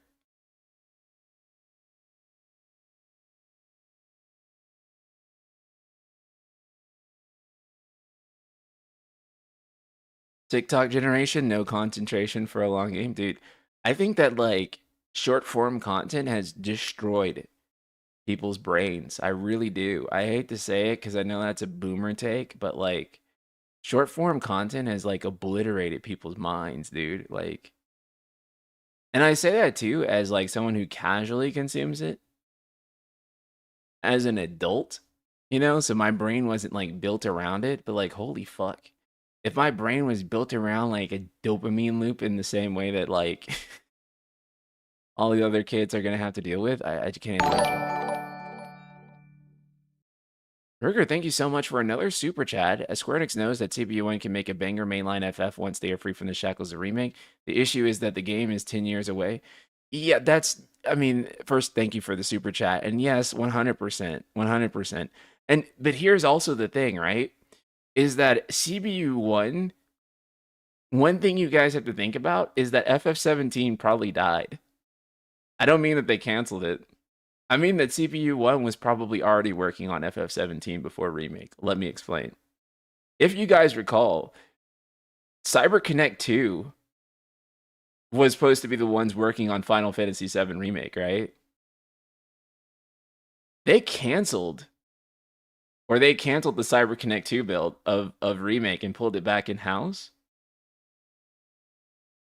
What was CBU1 going to be making? Right? Like, what was CBU1 originally making such that Remake was outsourced? Probably Final Fantasy 17, right? And that was probably going to follow up Final Fantasy 16. So that's like, what the fuck, actually? So now it's like, who's actually working on 17? Couch Potato, hello. Is FF17 cooked? I don't think it's cooked, but it's just like, it's probably like delayed indefinitely. Because of like what happened with CyberConnect 2. So that could also be why KH4 and Dragon Quest 12 have been seemingly in dev hell for ages, right? Because you have to think that the development team working on Remake was supposed to be working on a whole ass different game. Or like we can only assume that they were going to be working on a whole ass different game because CyberConnect 2 was supposed to be handling Remake. Why are we checking trophy list? Because we went down a game of the year rabbit hole, and that led down a sales rabbit hole, which led down a like rebirth rabbit hole, which led down a rabbit hole of like you have to complete one game in a trilogy of games to like have a chance of buying the next one because usually people don't buy game number 2 if they haven't complete game number 1. And we're saying that like a lot of people just straight up didn't complete Final Fantasy VII Remake. The only issue that we're having here is that okay, if you hover over it, you get the sale, you get the oh, this is Japan. So 51, like almost 51% of people in Japan cleared FF7 remake for those that started. And then here, if you hover over and you get the PSN value, only 37.1%. But the issue is that we're looking at is that this is that Final Fantasy VII was on PlayStation Plus, and a lot of people just downloaded it to download it. They started, and then they didn't finish the game. So it's actually really hard to say. However, one thing that is hopeful is that if you go here, Rarity, PSN, and you scroll, you fucking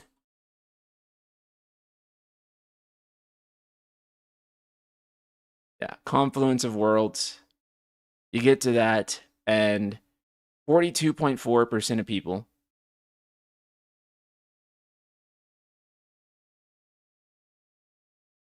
have have completed it. Even on Metaphor video, people are still obsessed with Final Fantasy. To be fair, this is all just like a Game of the Year discussion, so it works. Can you check FF7 OG trophies? I don't think FF7 OG trophies will tell us anything valuable. The reason is because a lot of people are gonna buy and download FF7 OG, and then a lot of people are just not going to complete it. And it's also on PS Plus, so I don't think that like I don't know what it really tells us. Also, Square Enix, whenever they do re-releases of games, it's also sort of like uh they do it so that the trophies are insanely hard to get. Like insanely hard, like get like max out Gil, you know, stuff like that. Like no one's gonna do all that type of shit. Or like go on a date with Barrett at the Gold Saucer. Only 7% of people have done that. Like the trophies are actually kind of ridiculous for their re-releases. Like this is why I don't platinum games, by the way, is because like it's just like unless you're doing like your definitive playthrough of the game, who's gonna go through and do all that? That's a lot. That's true. The Gil achievement is easy. You're right. There are easy ways to do that. At the same time that there's easy ways to do it, only 7% of people did do it. So only 7%. So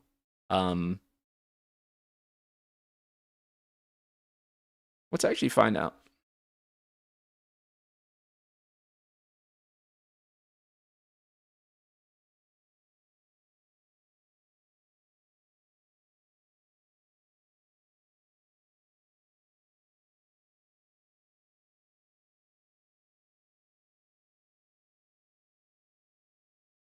What's the completed trophy? Like, what's the complete the game?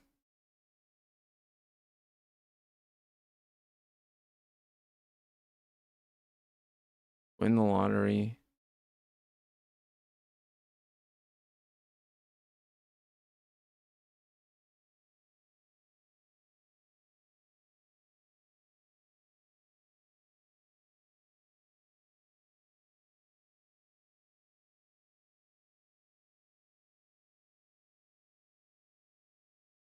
Conquered the Reaper. Complete every... Oh, Take Back the Future. Okay, I missed it.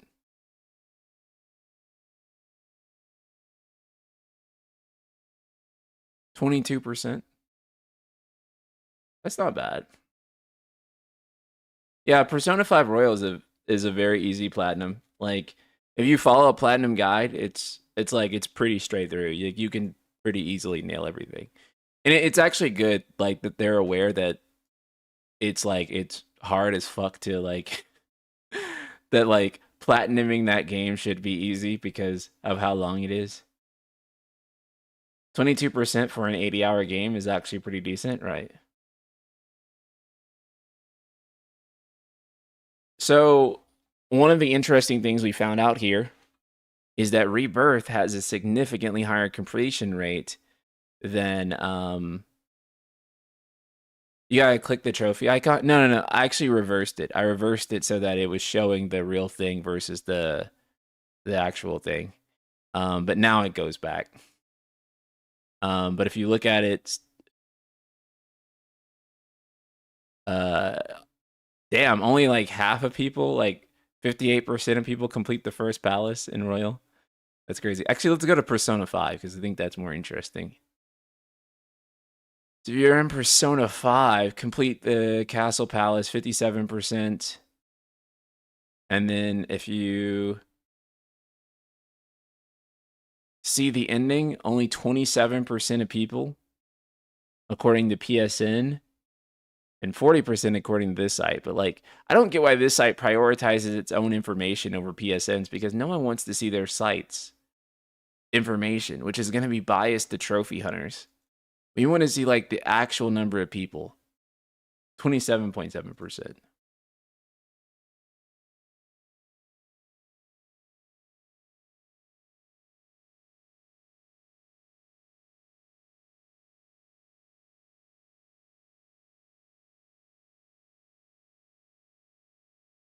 So all of this is to say that's like the issue that like sequels are always going to have is that people get stuck finding the Ginza line and give up. Yeah.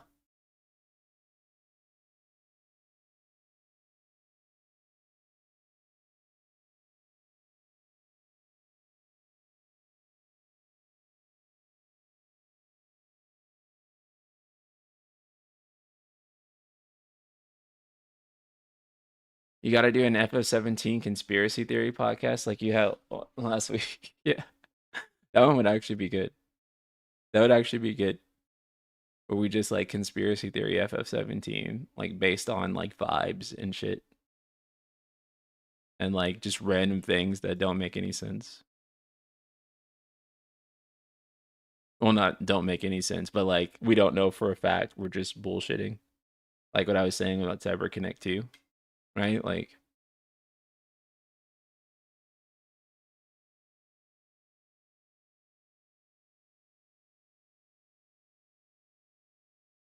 in Royal, do we get a game over if Joker is KO'd? That annoy. Yeah, that's still a thing.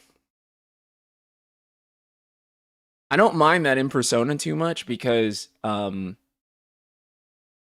feel like that if you don't have the correct elementals assigned and you get punished for it, then that's just part of the game. Like it makes sense that Persona has that, and it makes sense to me that Metaphor does it. Like I get why it's game over, and like it really depends on the game. I don't think that every game should do it or not do it, but like I don't like it in like Final Fantasy 13, for example, because I feel like in FF13, like you don't have like control over like whether you get KO'd or not, right? But like in like Persona, like you have every bit of control to make sure that the protagonist doesn't get knocked out, right? Like if you optimize your elements correctly, if you switch to the correct personas, if you do the correct things to protect the protagonist, you have control, right? Like a lot of times in like FF13, like a boss could just do like a move and just one shot the protagonist because your AI wouldn't heal the protagonist fast enough and or like the person that you're playing as fast enough and just kill them. And there's nothing you can do about it. So it annoyed me more in like something like FF13. And that doesn't happen as much in like in Metaphor. It doesn't make sense for like the protagonist to like have that because game design wise, um, the way it lets you play around with jobs, you can't just switch to a different archetype or anything like that. So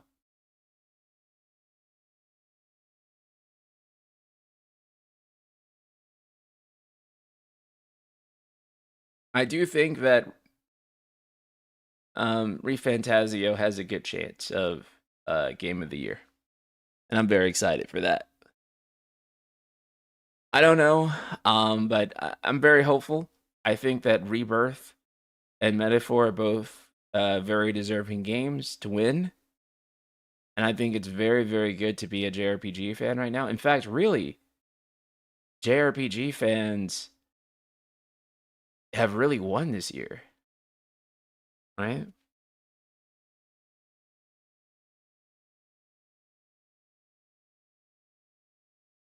Yeah, it's one of the best years for JRPGs ever. And what's funny is that it's literally the worst year for like AAA games ever. NSP, you're downplaying Concord hard. I do. I am. I am. But it's because I know, and I'm gonna break this news here.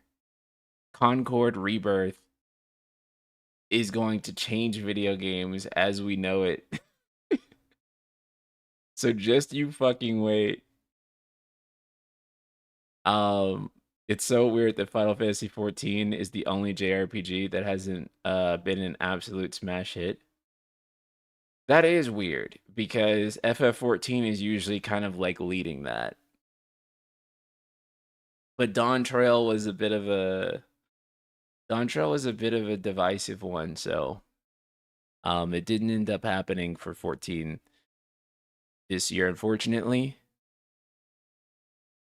Yeah, Dawn Trail's so funny because I can just mention Dawn Trail and there'll be like, oh my god, chat like literally took it out.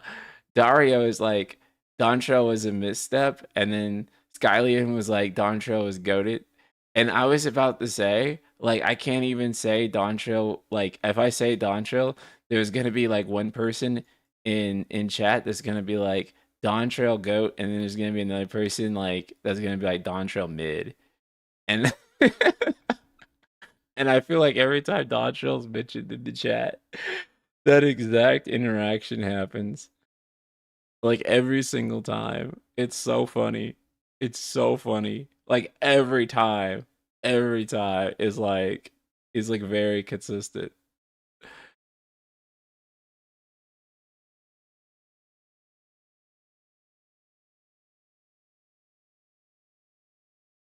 Did I beat Dawn Trail? No. I got a few hours into it and I wasn't feeling it, so I just kind of stopped and like I'm gonna come back to it because I don't think I'm done with FF14 or anything like that. But like yeah, it was just there just wasn't anything that like interested me right away, and like everyone else like normally like the excitement for Final Fantasy 14 is like new FF14 content is so palpable.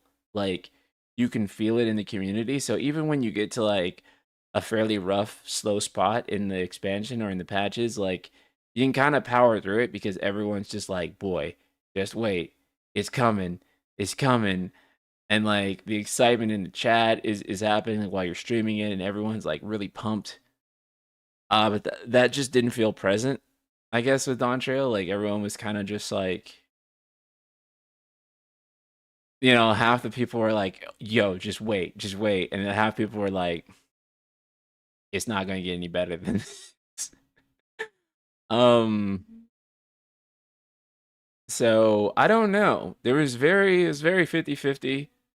I feel like I know a lot of people that loved it. I feel like I know a lot of people that hated it. Um,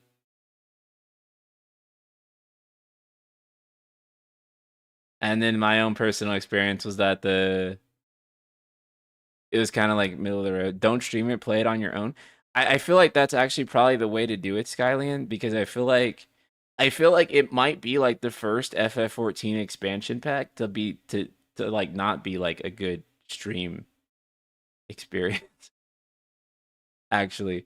Because I think that like most of them aren't like definitively I would tell someone who does stream, I'm like, no, you have to play this 14 expansion on stream. I can totally see that Dawn Trail being like a don't stream expand, but that's weird though. Um Ruger, thank you so much for another super chat. Agree or disagree? Some of the sheen has worn off CPU3 because of the back-to-back divisive reception of FF16 and Dawn Trail. Ooh.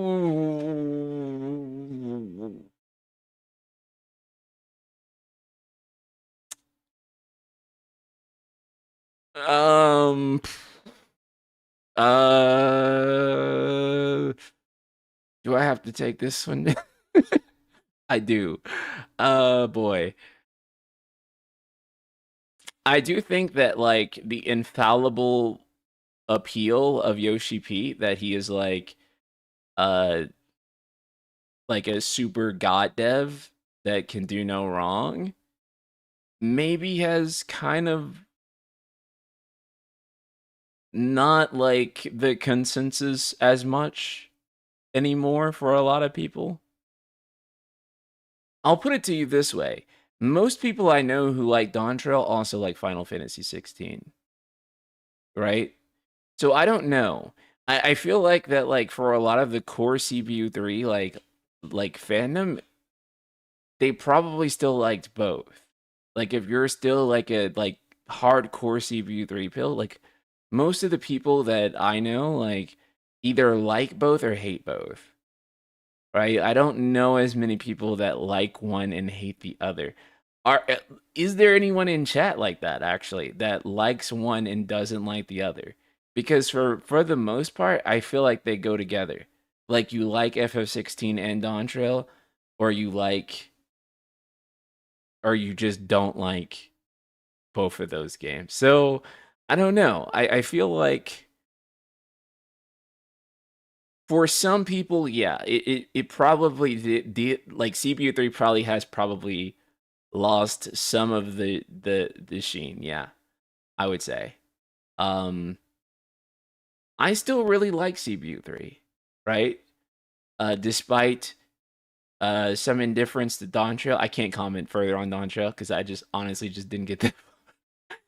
And despite me having some feelings on Final Fantasy 16, I still really like CPU 3. I still think CPU 3 is really good team. Is still an absolute asset to Square Enix. Um, but yeah, I don't know if they have like yeah the same type of infallible type of god status necessarily that was kind of the perception leading into like 16 or 7.0, right? Like because you imagine how people looked at CPU 3 post Inwalker and like um the CPU 3 logo was like the ultimate seal of quality for a lot of people. Like it meant that it was going to be like the toppest top notch. And I think that's still true for a lot of people. Again, I guess this is really going to depend on how you feel about Dawn Trail and Final Fantasy 16.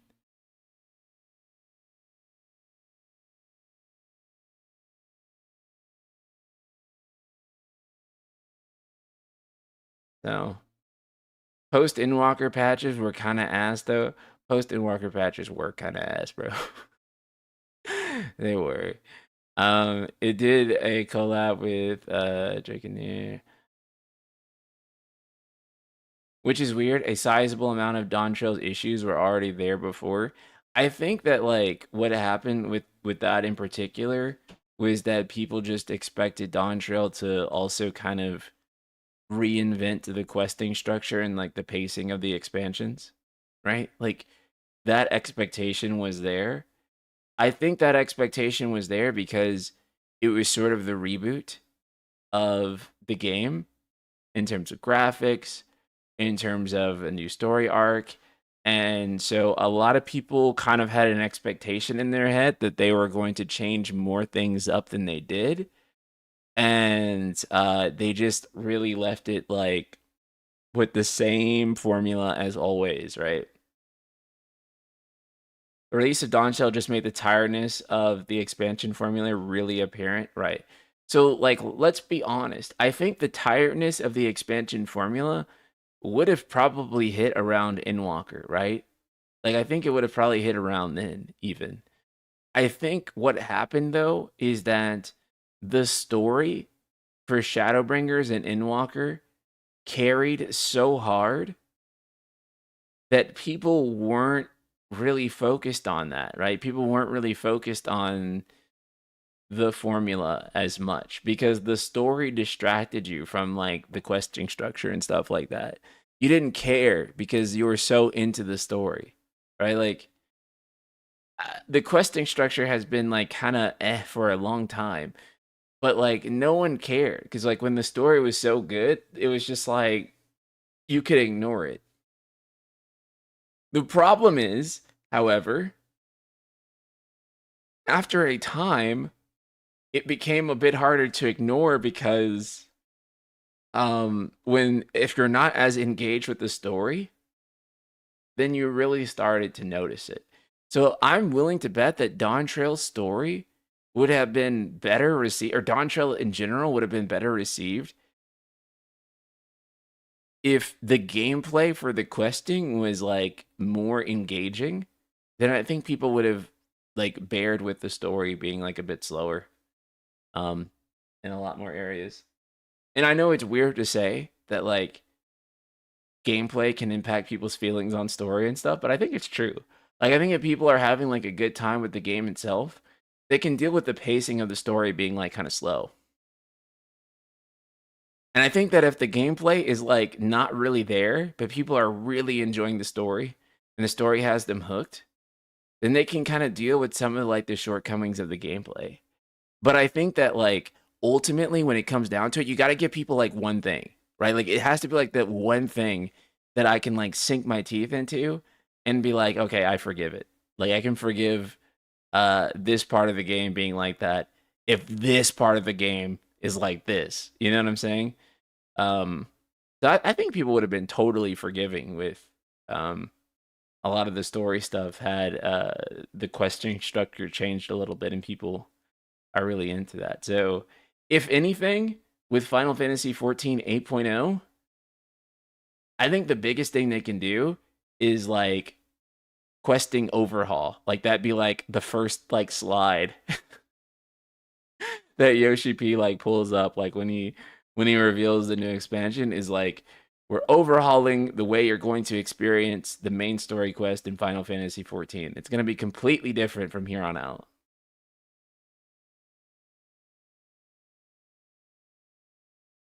I think that would like it would generate huge excitement among the player base.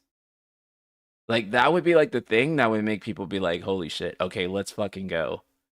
FF14's back." Atlas is developer of the year. I agree. I agree fully.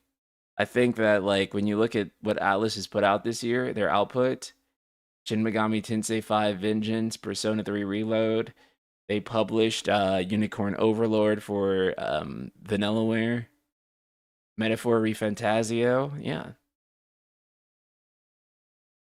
factor Sega into that, and yeah.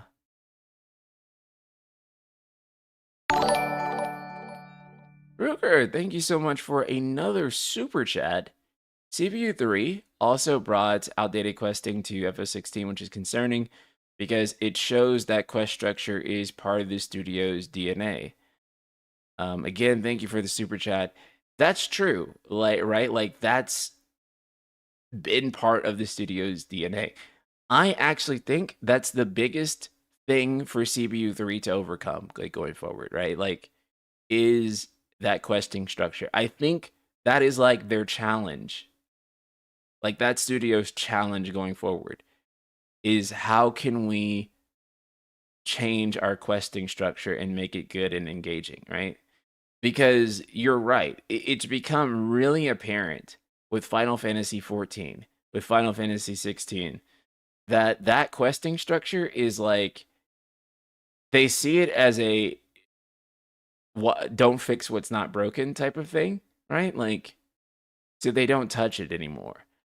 And I think that we have gotten enough feedback on those games to say that like, you know, even for people that really do like those games, there is an issue with the questing structure and it could be better.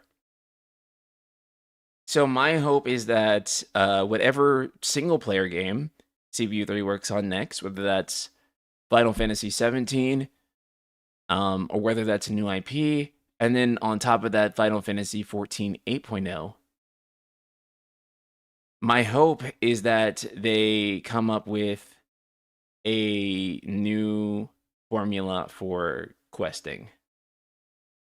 Come on, don't act like Rebirth side quests were remotely good either. The whole company has a quest design problem. Okay, first of all, Tom, uh, is not quite what we're talking. When we say questing in the context of Final Fantasy 14, and by extension 16, we don't just mean side quests. We mean like the actual like experience of the game, which is broken up into different quests that you do.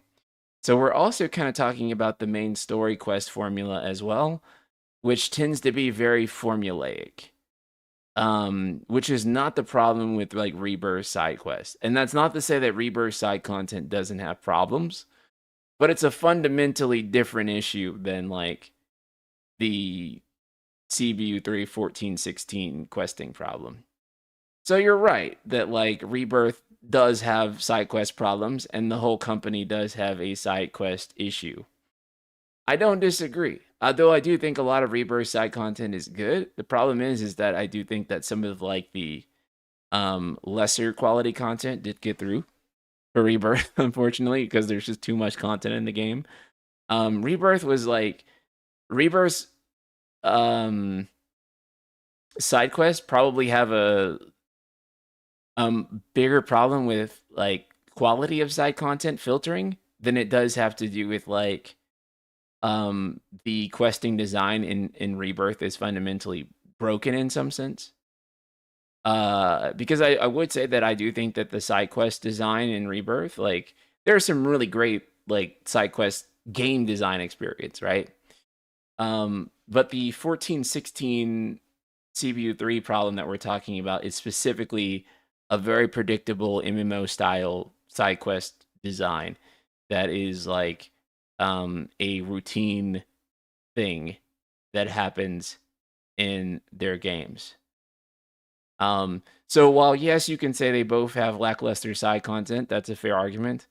Um, the issue that we're talking about still like is not like applicable to Rebirth necessarily directly, because it's a very different issue with the side quest, if that makes sense. So I get what you're saying, but like to explain what we're actually talking about, that's what we mean. Um, Rebirth experience as a whole has been amazing. 14 works at it as an MMO style, but 16 or any mainline games, I think you mean shouldn't adopt that, right? Yeah. The main issue is the 14 community. Every time CBU3 does something great, the 14 community ruins it with whining. CBU3 needs to listen to their players less. 14 community did the same with Dawn Trail Dungeons, which are absolutely peak, and they whined about it. Thank God 14 content creators did an aggressive pushback, right? What people was, and I think you're talking about like making like dungeon and battle content easier and stuff like that. Like, fuck no. Learn, adapt, get good, fuck off.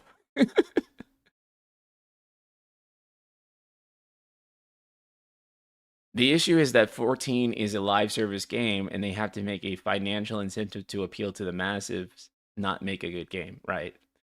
And that's kind of the problem, right? Is that you can't, it is a huge design issue where you can't just say that this is a really hard boss and like cope, right? You can't do that. You have to separate that for Savage because um you can't have it where people can't beat something because if they can't beat it then they're not going to keep paying this up for it. So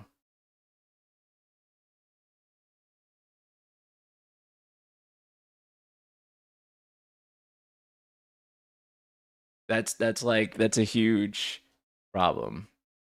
But yeah, I mean, now on the subject of like Rebirth side content, since you mentioned it, I do think that Rebirth actually does have like again a lot of great side content. They just also have like a lot of side content that's not great too, or that's really repetitive or not that interesting. So I think with Rebirth, the solution for them is to just narrow the scope a little bit, right? Like with Rebirth, it's just like you actually do have a lot of good side content in that game from a game design perspective. It's just really about like eliminating a lot of the not great side content that's also in there and a lot of the not great mini games. Right? Because I mean, Queen's Blood alone, I think, is one of the best pieces of side content in a Final Fantasy game, period, right?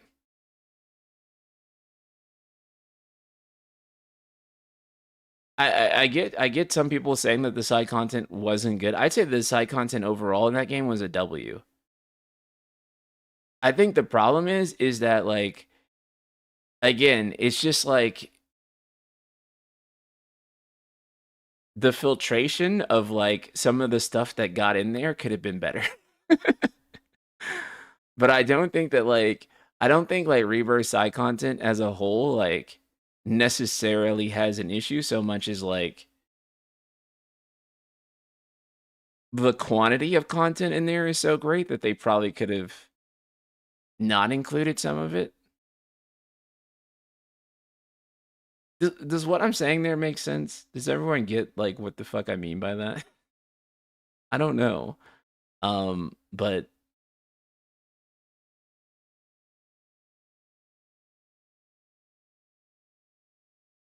I also think that Rebirth is an example of just too much. Just too much. Like I think that game should have been like if the game was shorter, people would have really liked it more. Um it really was. I think that they were trying to include everything that they possibly could because they wanted to make the most insane follow-up ever. And it was, but I think it was a bit overwhelming.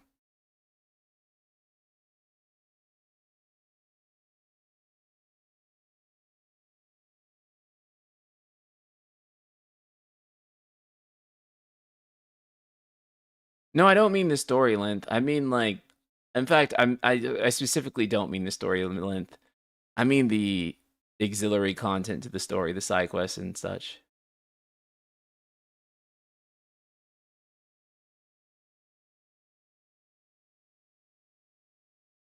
Like I think if they kept the story at like the same 40 hours, but like it was just like maybe like 40 or 50 hours of side content, like 100 hours to platinum, right?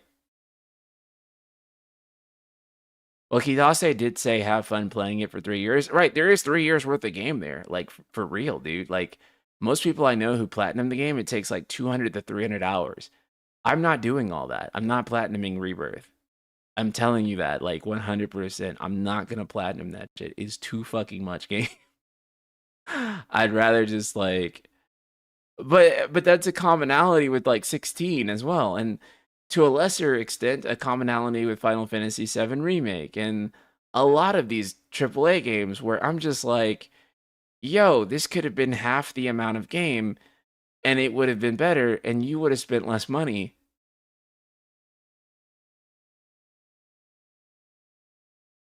The amount of content would have been better if there was better exploration period with it. I agree. I get what you mean. At the same time, it really feels like they put their heart and soul into Rebirth, and the effort they put into the mini games was part of that. It was part of the charm to me, and I don't disagree. I think that's also a very fair take. Uh, Gladysisms. I feel you on that. I've been thinking about 120 hours. Don't play Metaphor 200-hour platinum incoming. Yeah. One thing I do wish Rebirth would have incorporated was more wide open areas. While the world map is undoubtedly huge, a lot of it is claustrophobic rock climbing. I would have loved to see a more expansive area for Junon, a bit more similar to OG FF7. So one thing I would like to see is if you had a world map like Rebirth and you had like a bit more like genuine exploration in it. And what I mean by that was like stuff that you had to like go and explore and find, and that would like blow your mind when you found it. I think Elden Ring was a lot like that too, where like an Elden Ring, like you really had a good reason to go and find a lot of stuff in Elden Ring because if you didn't, then like it wouldn't be told to you. And I don't think that they should just copy Elden Ring with that, but I actually think that like one of the things that they could do or that I would find really interesting, and this may not be possible because, the assets are so expensive and so you want them at the forefront. But you know what I think would be cool? If you were walking along the world and you like discovered summons out in the wild. Like summons were not like a thing that you went to Chatley in the VR simulator. This is something I'm hoping that 17 does, right? Like I don't know. Imagine like you go into a cave and you find Titan, right? Like you find him. Like summons are like something organically in the world that you find. And then like you got the materia from defeating them or something like that. I don't know. That wouldn't work with Seven's lore. But like for 17 it could work. If you had stuff like that, like out in the world, not like explicitly like marked. I would have liked for them to remove the quick time event from Life Springs. They would have used that time to fight the summons outside of the simulator. Hopefully for part 3, they know how to identify what works and the best. I mean, yeah, the problem I have with the Lifespring QTE is that it was the same one every time. I would have been okay with the Lifespring QTE if it was a different QTE each time. But it was like literally the same QTE, which made it a bit predictable. Ruger, thank you for another super chat. Having even just one optional dungeon not marked on the map for each zone in Rebirth would have done wonders for exploration. I agree. The only issue that I would say, though, is that when you do that, it's really expensive. It's really expensive to make a ton of optional dungeons. But I agree. Like if you had just like one thing like that with that sense of discovery that wasn't marked on the map, I think it would have done really really well. And that's not to say that like cuz I get it, right? The reason stuff is marked on the map is like one of those things where players think they don't want stuff marked on the map and spelled out for them, but they honestly actually do. Like people don't like wandering around a map all day trying to find shit. They do kind of like stuff like spelled out for them. It's one of those things where people won't say it, but then they like it when it's there. Yellow paint. Everyone will complain about yellow paint. And then when it comes down to it, they do the play test, and everyone's like, I don't know where to go next. Fuck this game. They hate it, right? And game completions are so. But then that would be a checklist as well. I mean, that's true. But here's the thing. Here's the thing is that about the checklist stuff and how I feel about it. What do you guys think a platinum trophy is? A platinum trophy is a checklist. And people like still get all the trophies in games. What I'm trying to say is that there's a lot of people out there that really do enjoy themselves a good checklist, a good to-do list.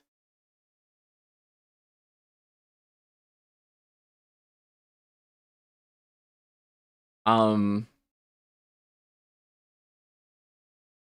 do you think we'll still have to do Chatley's checklist in part 3? I think that they're hearing the feedback on that, and I think they're going to do something with it. I don't think that because I think you can boil something down to a checklist no matter what, especially if you're looking at it from a completionist POV, right? Like you can always say that like, oh, it's a checklist, right? The difference is that a trophy tells you what the goal is, not how to get there. That's fair. And maybe that's the key here too with Rebirth checklist design that many people have an issue with. Ban anyone in the chat named Chatley. Chatley is on like his burner account right now. Like actually, I think that checklists are pretty cool. Why are you nerds hating on checklists? Rebirth is the first open world game that completely burned me out, and the high number of mini games didn't make it better. Yeah.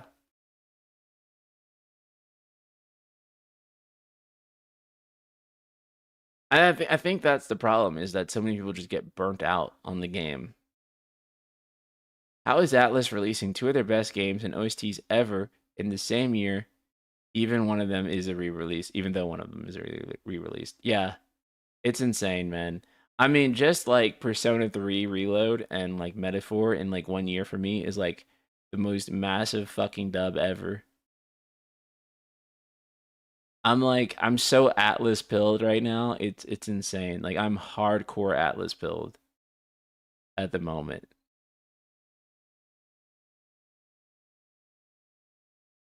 It's more how you guide people rather than if you do or don't. Elden Ring still guides, even just with more subtlety. That's true. Anonymous gifter gave Chatley a tier 1 sub. What the fuck? Yo, who the fuck did that? Ah, who the fuck did that? That's so fucking funny.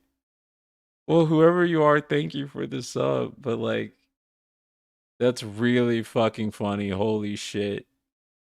Who the fuck did? That's so based. Ah. It's a problem with open world games have been done to death, so it truly takes unique games to be worth the time, like Elden Ring.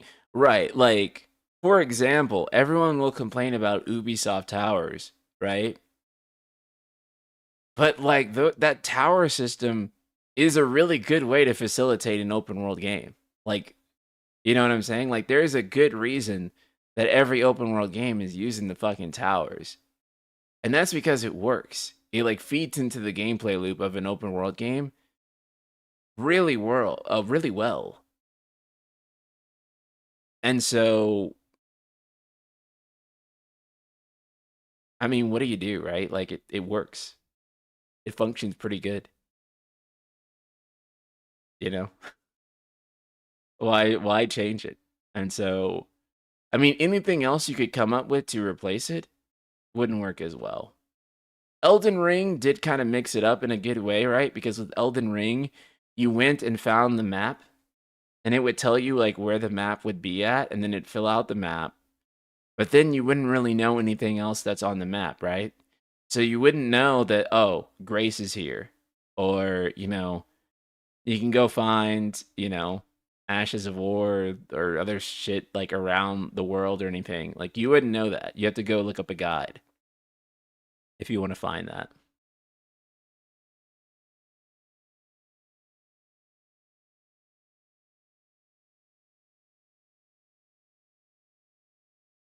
Even though Metaphor is its own thing, having a persona-like game without the high school element pulls heavily on fantasy is what's really appealing, and it's more adult-like. Yeah, I think so too. Um, and I also think the comparisons between it and Final Fantasy are inevitable. There's gonna be discourse on that. I'm telling you guys right now. And I'm neither here nor there with it because like I get it. Like it is a turn-based fantasy game with a job system.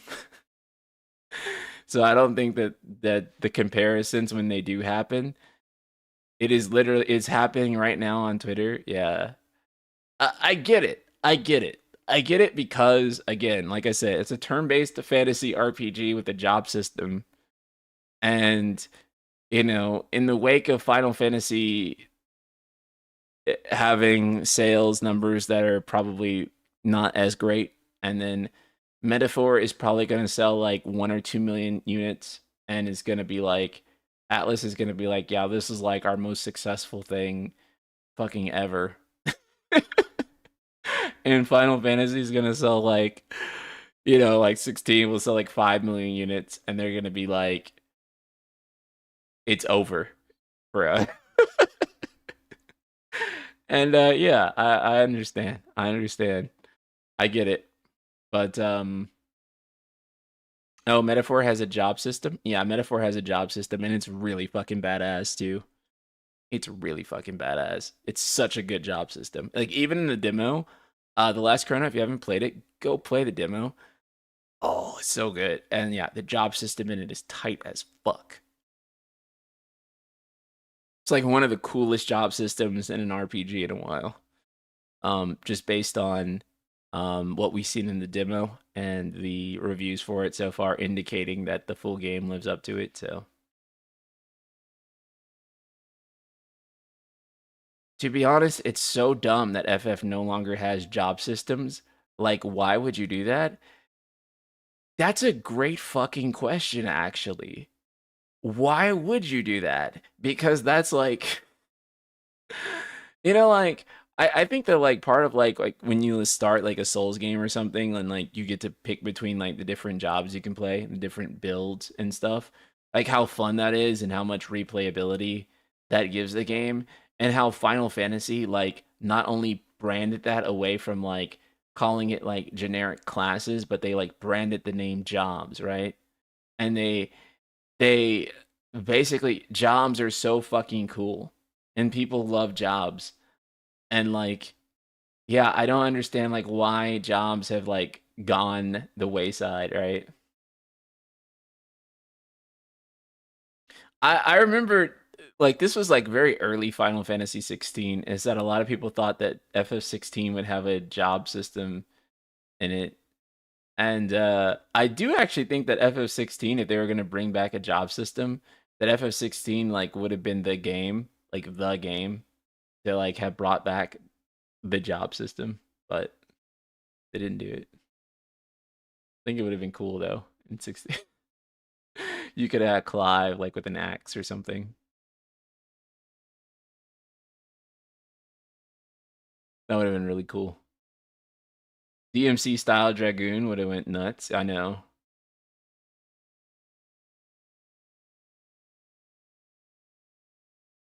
They wanted to have a job system, but they figured icons was already that. Yeah. That's lore accurate actually because they did actually consider a job system for the game. But to them the icons were already basically the jobs, and so they forsake the job system for icons. Ruger, thank you for another super chat, dude. You're on fire. Metaphor essentially being fantasy persona and iterating on what became before on the persona formula is what led to its high meta score. Square Enix, take notes. Okay, so this is something that we got to talk about for sure. For sure, for sure. I think that this is a really important topic that I have definitely wanted to touch on.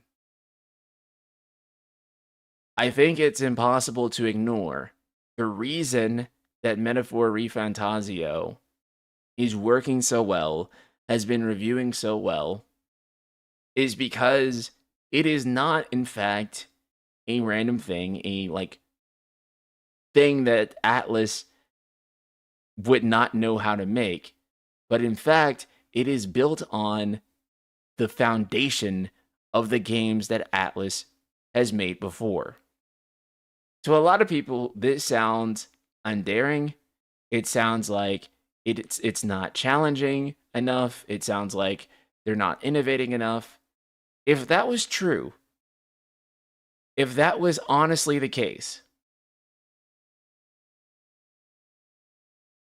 Chrono Trigger would also be an uninspiring game that just reused a whole ton of Final Fantasy stuff and just added a couple of new things and ultimately wasn't that different. But no one would ever say that Chrono Trigger was uninspiring. No one would ever say, "Oh, Chrono Trigger, that's just another Final Fantasy. Oh, great. Who wanted that?" No one would say those things because it would reveal how stupid you are. It would reveal that, oh, that's not a good take. Actually, Chrono Trigger is one of the greatest games of all time. But if you actually look at Chrono Trigger, chat, if you actually go and look at Chrono Trigger is very iterative of other Super Nintendo Final Fantasy games. It is built off of Final Fantasy. It uses a world map. It uses ATB. It uses all these things from Final Fantasy and it puts its own spin on it, right? Like the way you had the fights on the actual map versus having those fights like, in a separate battle screen. However, the core foundation of Final Fantasy's DNA and the Squaresoft DNA is found within Chrono Trigger. A title that is still ambitious and widely loved and seen as innovative, even though it is technically built off of everything those developers have been doing before. They have a specific craft, a type of game that they like to make. And in doing so, they're able to continue to make that style of game, build on it, take it in drastically different new directions that can almost make it feel like, or really do make it feel like, it's a brand new IP.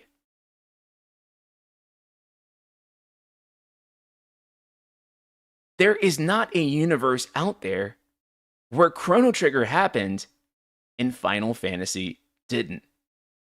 Because Chrono Trigger is built off of Final Fantasy in an intimate way. It is the type of game that Squaresoft made, and they got better and better at doing it each time. Metaphor ReFantazio is the same way. They know how to make SMT games. Atlas knows how to make Persona games. It's not uninspiring. It's the type of game that they like to make. It's the genre that they have really crafted and innovated. The calendar system game is theirs, and they're the best at doing it. And so they keep making that specific type of game. Correct, Dario. They're not repetitive. They're iterative. And they take that formula and they put it in different settings. And they add new mechanics. And they swap those mechanics around. And they do different things with them, such that Metaphor still feels fresh. That it's not just a medieval coat with that Persona 6 presumptively is wearing. It's not that. It's a brand new IP that is built off the type of game that they like making. And Atlas is not the only one doing it. From Software, right? I've yet to see people say, like, oh my god, I'm so sick of Soulsborne games. Maybe some of you are, but for the most part, people still really love FromSoft games. And each FromSoft game takes the Souls DNA and puts it in a different setting, controls a little bit differently than the last one. You know, oh, you can jump in this one. Oh, you can parry with your gun in this one. Right? They do something different with it each time. And because of that, they make it profoundly different and interesting somehow. But it's built off all the previous FromSoft games. But they innovate on it and they take it somewhere new. Okay, well, some of you guys say you're tired of them. You're wrong. I'm not tired of them. So you're wrong. A lot of people aren't. I know some of you might be. But a lot of people still love FromSoft games. And if they announce a FromSoft game right now, people would go absolutely nuts.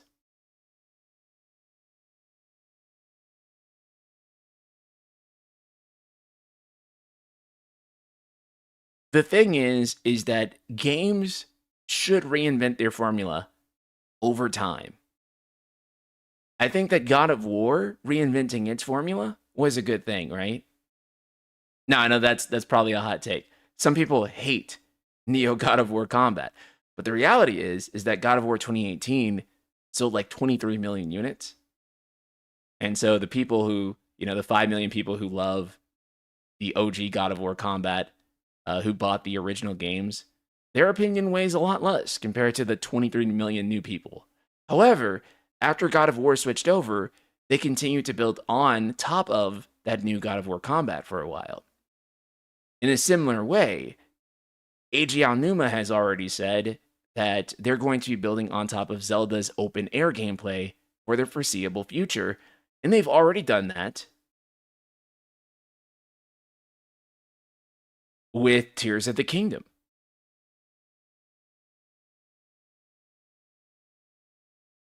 Resident Evil didn't just take RE4's brand new gameplay style and just say, okay, we're not doing that again, right?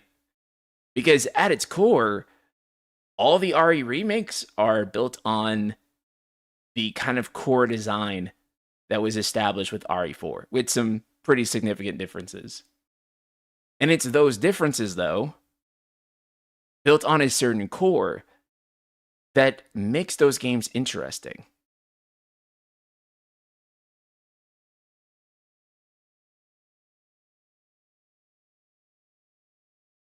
All of this is to say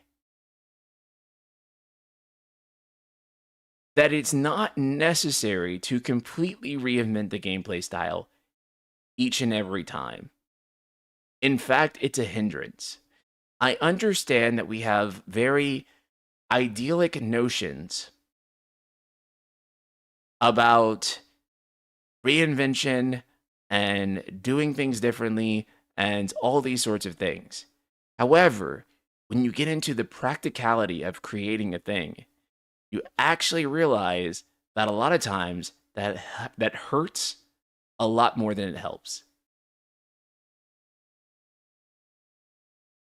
I don't think that there is any shame in reuse, in recycling, in taking assets and code and ideas and a foundation and making it even better than before and making it realize its true potential, right? Like, how many battle systems out there were the best at their first iteration, right? Like, how many people think that the combat in Demon Souls, for example, is the best from software combat?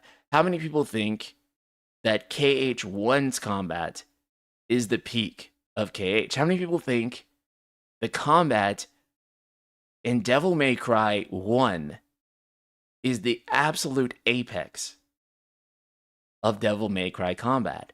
Most people don't. I would actually go as far as saying the vast majority of the highly praised combat of all time, if you look at it, it is actually not usually the first iteration of that combat. It's usually the multiple iterations after, or at the very least, one or two iterations after. Usually people praise DMC 3 or 5. Yeah, exactly, right? But DMC 3 and 5 couldn't exist without DMC 1, right? It's an iteration built off of those DMCs.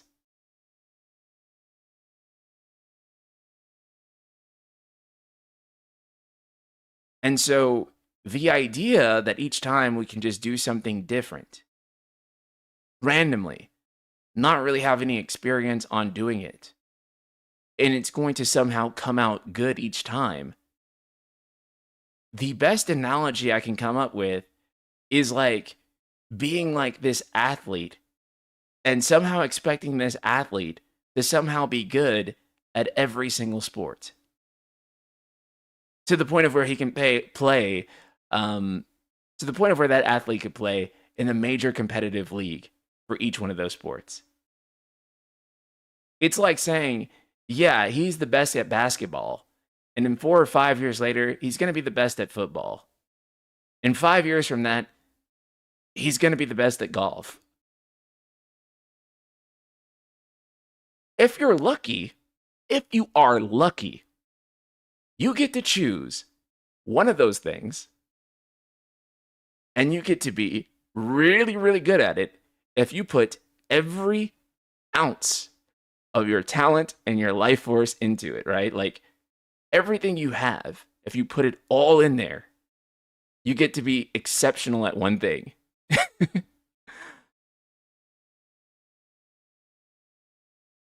Some people really, really blessed. They can be exceptional at two things.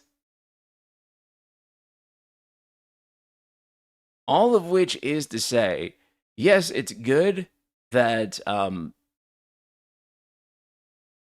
it's good to change your gameplay style, but even when you change your gameplay style, you have to stick with the new thing for a while.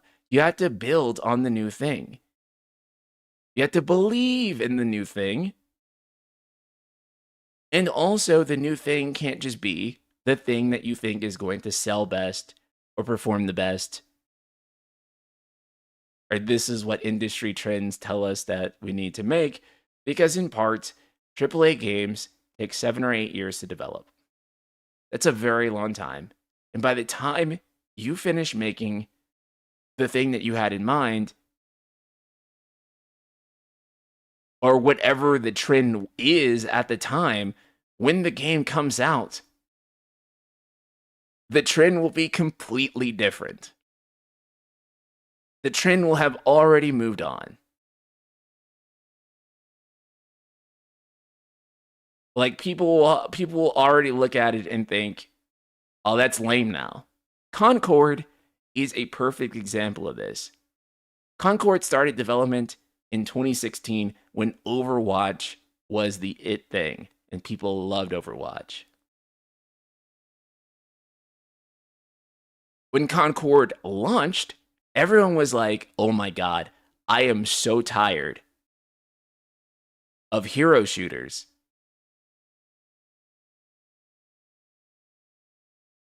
Overwatch won Game of the Year when Concord was first pitched. Exactly. And so it seemed like sound advice. Okay, let's make our own Overwatch. That seemed like a brilliant idea.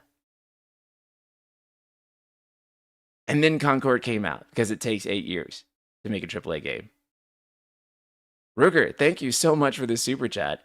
Also, SE creates whole AAA teams for FF games, then dissolves them after one game. IDK any other game developer that works that way. Thank you. Thank you so much for pointing this out, because this is really important.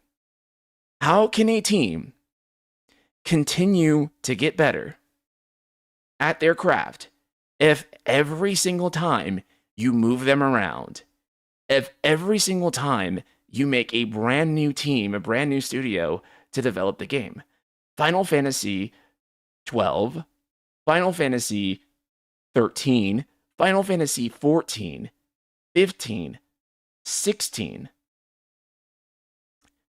5 different games and 5 different team structures. There has been overlap, yes. However, most of the people move around, work on different projects, etc.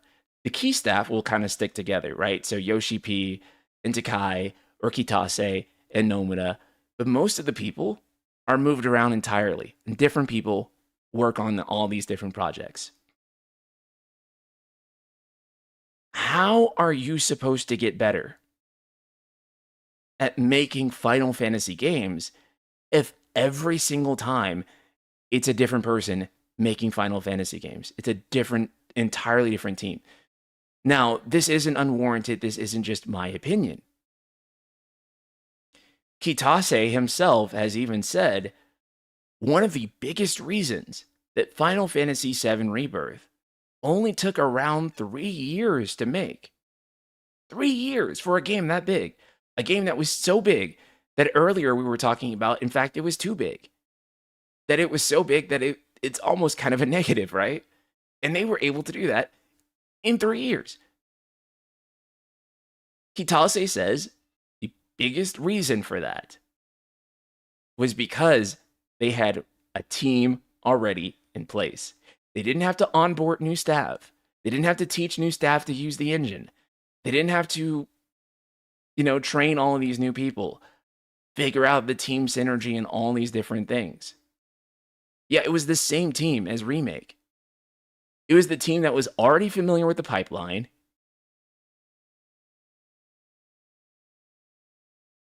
It was a team that already knew what they were doing, what the goals were. And of course, yes, they were working with the same engine, and yes, there was asset and code reusage, and that is a huge part of it. And that's also something they should consider as well, for sure. For sure.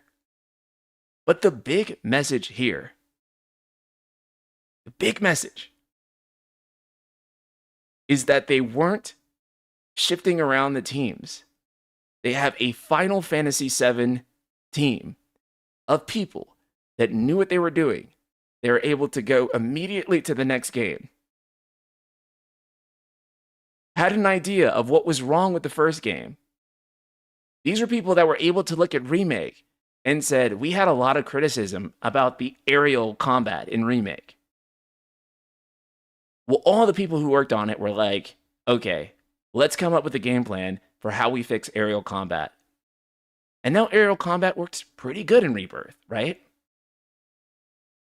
So they were able to look at that and build on it because they're the same team. And so one of like it really just boils down to that. There's too many chefs in the kitchen. The Final Fantasy brand is constantly shifting around to different hands and different people. And the other thing is that they don't keep the teams together. We have 2 Final Fantasy teams at this point. We have CPU 3 and we have CPU 1, or they're known as creative studios now. Keep those creative studios together and keep them making Final Fantasy games. Another thing is that do not make a proprietary engine for one game. Why did we make Final Fantasy XVI's engine just for Final Fantasy XVI? That's not what Capcom is doing. RE Engine is powering all of Capcom's games, and every single person in Capcom knows how to use RE Engine. This means that they can move these employees around anywhere, to any team, and they'll know what they're doing. If you're working on Final Fantasy XVI, and then CPU 1 needs some help with something, you gotta go learn Unreal. Vice versa, if you're working with Unreal, and CPU 3 needs help with something, you need to learn a completely different engine.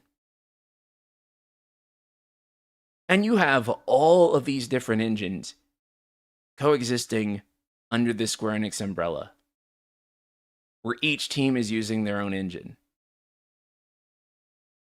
You need to decide, this is the engine that we're using, and then use that engine. And then have all of your employees from top to bottom familiar with that engine. Because again, that is the way that it works with most of these AAA companies. But it's something that's not happening with Square.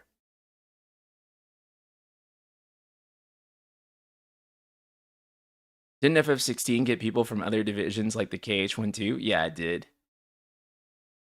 Fortunately, people in the KH division probably did know how to work with Unreal already because Kingdom Hearts 3 and 4 are built on Unreal. Right? So anything that they were doing in there, they were already kind of familiar with. Oh, wait, I'm sorry. FF16 wasn't built on Unreal. So actually, I don't know. I misspoke. My brain is fried.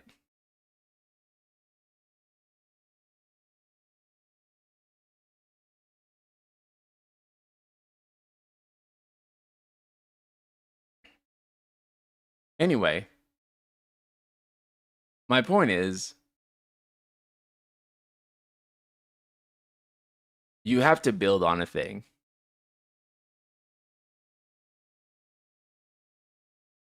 You can't just...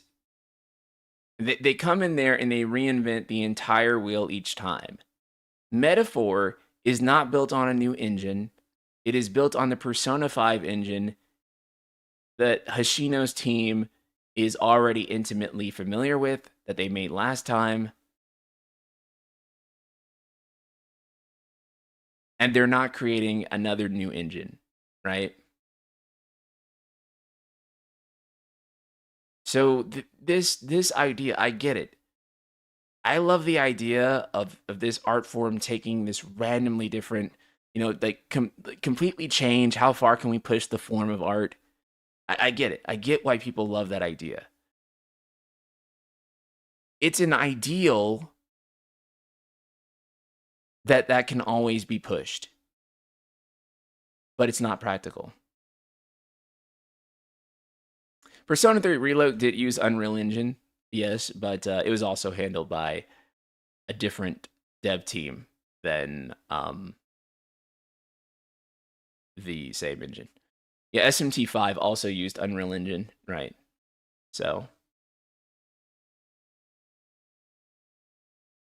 complete reinvention is a good idea for spin-offs and more experimental titles, but for big flagship projects, iteration and learning from a first draft is necessary. Exactly.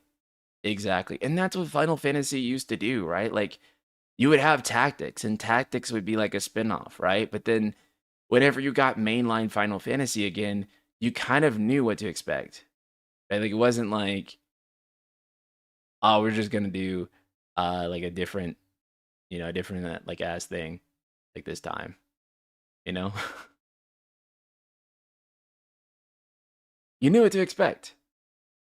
It wasn't wildly out of nowhere.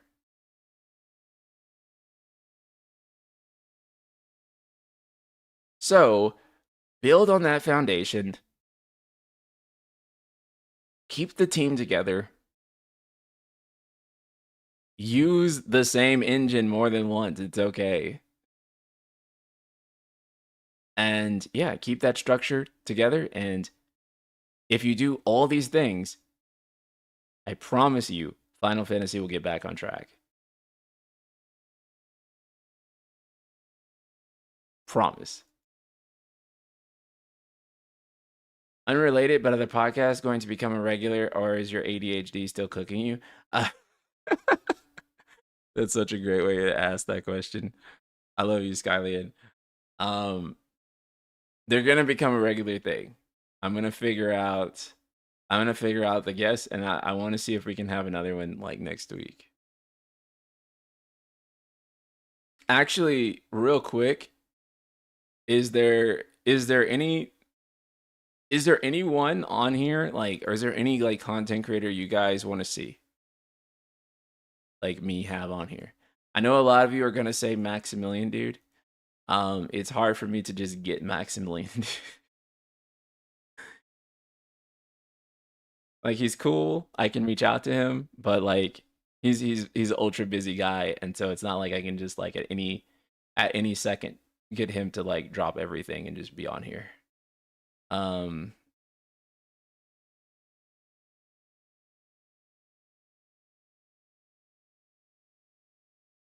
Crystal, more FF Union. Those are good choices. I would love Dreamcast guy. Tim Rogers said he was a fan of. Oh yeah, yeah. No, me and Tim Rogers are tight. Me and Tim Rogers are tight. Happy console gamer. That would be cool. Bring Pez. Yeah, Pez is cool. The problem with Pez is that Pez is always like in like the ninth dimension, like somewhere somewhere in like Asia or something.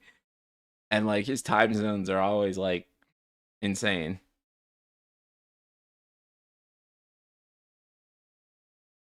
Unaleska, I could get Unaleska for sure.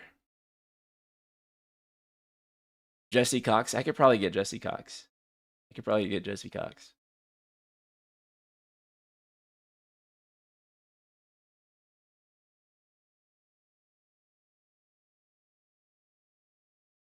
I think Jacob always has the best take. The scheduling might be hard, but I think he should be a regular. I can get Jacob again for sure.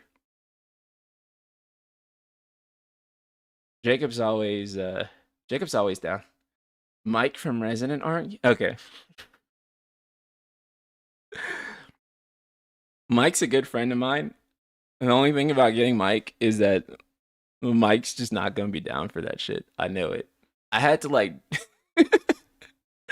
I had to convince him before, and like because even with the FF16 thing, I had to be like, come on, man, just play it.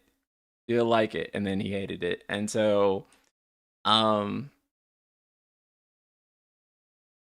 I don't know. And then also too with Mike, I don't want like yeah, because I know it's tough. It's tough. I don't want to put Mike in that kind of position. I don't want to put Mike in a position where he feels like FF fans are gonna come for him.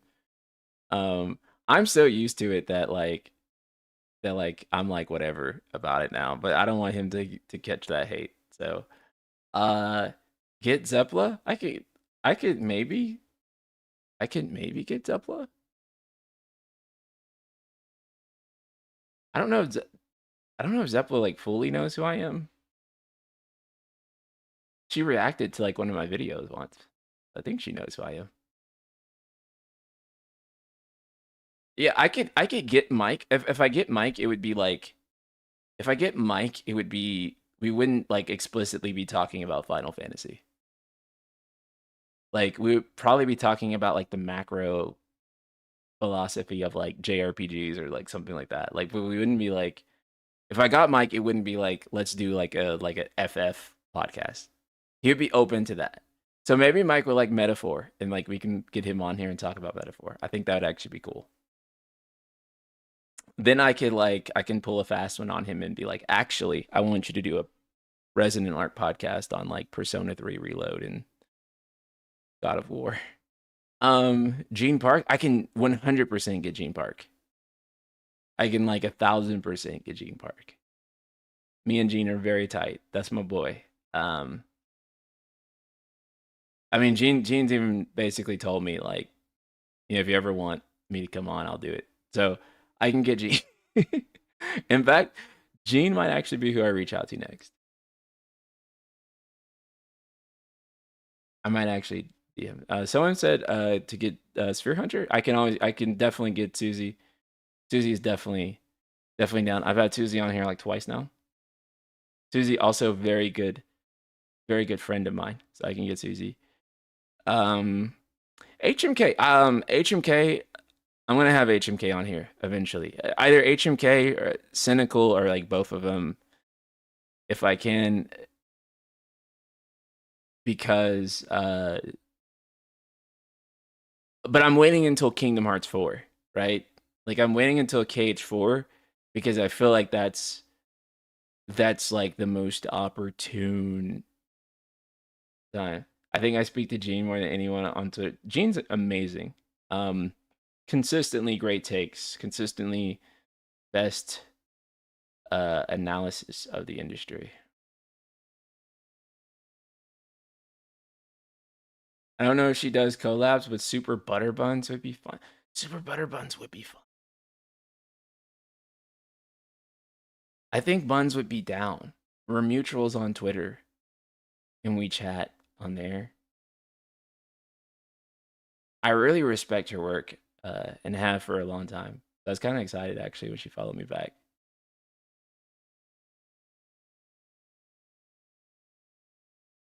Oh, that's right. She's getting married. Yeah, her wedding stuff might have her like really busy.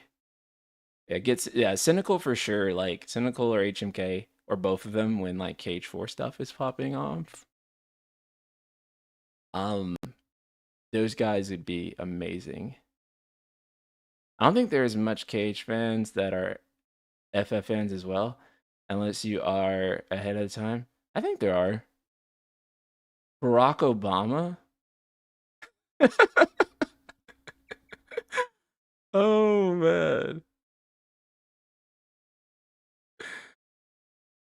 I just imagine like Obama speaking like in like his voice about like Final Fantasy and it just cracked me the fuck up. Like I'm like dying like laughing like thinking about Obama speaking about this like that just like has me in tears. Oh man. Okay, I'll have Obama and Trump on at the same time and I'll have them talk about the state of oh, the sphere grid economy, whilst good, was fundamentally flawed. Oh man, dude, that would be so great. That'd be so great.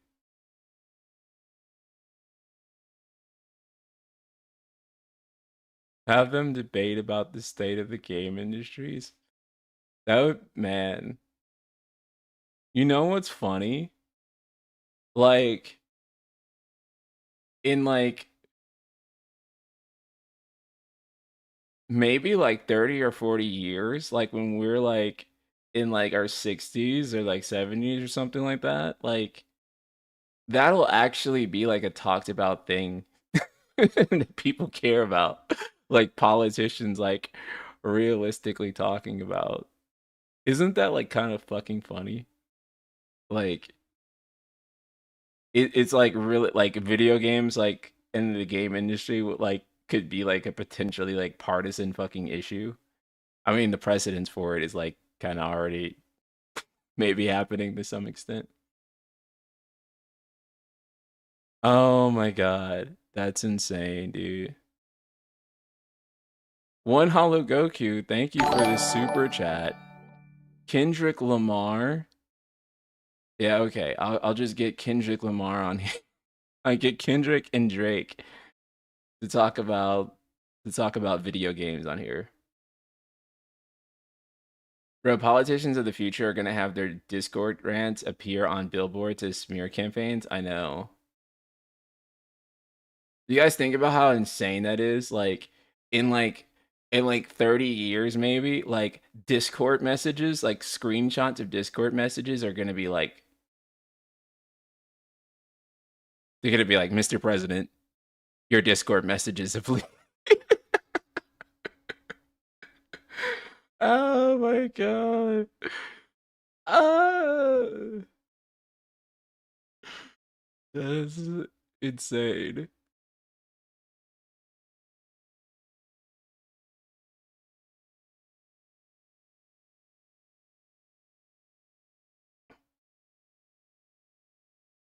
It's like really funny to think about too. Like we're actually gonna have like presidential candidates like ratioing each other too. That's like funny, dystopian, and like also kind of a fucking nightmare all at the same time. All at the same time, dude. Oh man. By the way, I want to thank all you guys because we have like across the two chat, we have like 153 people watching. And like we just like brought up politics and talked about that for like 5 full minutes and none of you got weird. That was like that might be like the most base thing to ever happen. Holy fuck. Nobody got weird or anything and everyone stayed normal. That's so cool. That's so cool. I got the best community, dog. Hands down. Hands down, the best community. Nobody got fucking weird. That's like such a record. Wow. That's so cool. Like, no, like really, shout out to you guys. That means that like most of you like probably touched grass or something. I don't know anywhere else that can happen. And I know some of you have very differing opinions on that stuff too. And like nobody got weird with us joking around about that. So thank you. Because JRPG fans understand how stupid all politicians are, so they never defend any of them, right? It's because we know they're all a boss fight. That's why we're never like, ooh, you know.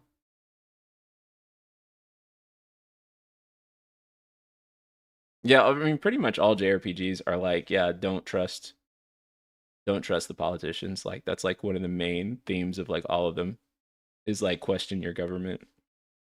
So it's kind of hard to be like, you know, a big stan of that, and then also be like, yeah, I love JRPGs. Also, I don't question. Um, yeah, for sure.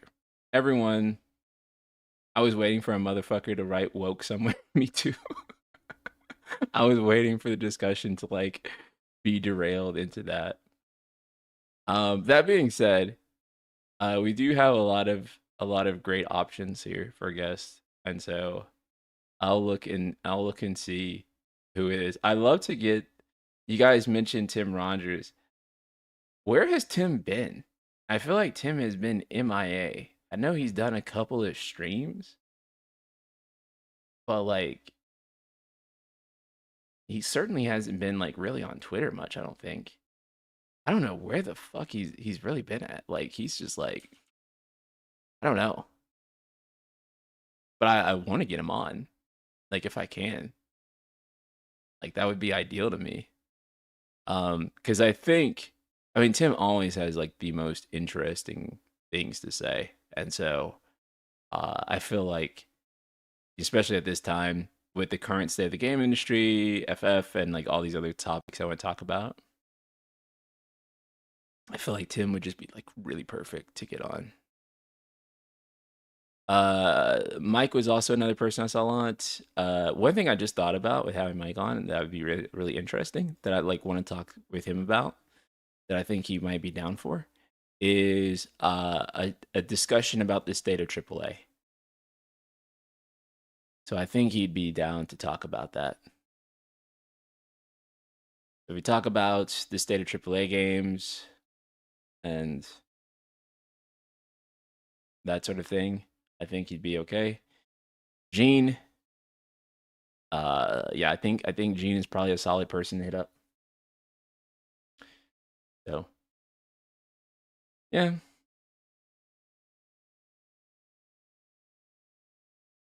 To be fair though, most people aren't a bunch of weirdos. The average human just wants to live a life, a decent life, look after their loved ones, and avoid.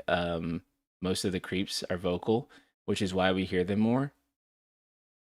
Yeah, I mean that's like really what it is. Most people just want to get along and don't hate their neighbor and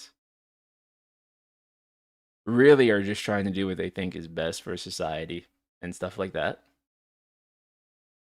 Kind of told like a lot of lies and misinformation about one another that the other is bad and all this other stuff. And then you just talk to people. Like you get outside, you talk to people, and you realize that most people are really normal. Most people don't, you know, even if they say like insane stuff on the internet, like they won't say that insane stuff in person, like when they see like a human being, because at that point their brain is like processing the fact that they have like a real human being in front of them, and then they stop. And so a lot of it is just like internet derangement syndrome that like makes us desensitized um to other people, you know.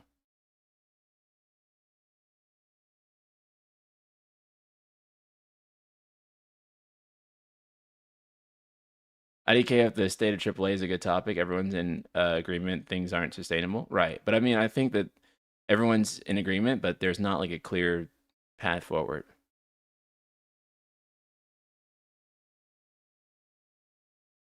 So I think that that's actually a good topic. Can you get Moses on the podcast? Yeah, yeah, we can write the Ten Commandments together, chat.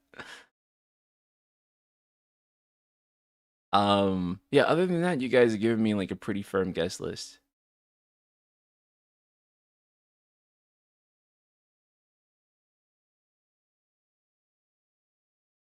Do you know any Square employees that could actually float your ideas? I do, but like I'm not gonna tell them to do it. um, because it, you know, I'm not gonna I'm not gonna tell them to like, you know what I'm saying? Like I'm not gonna be like, hey.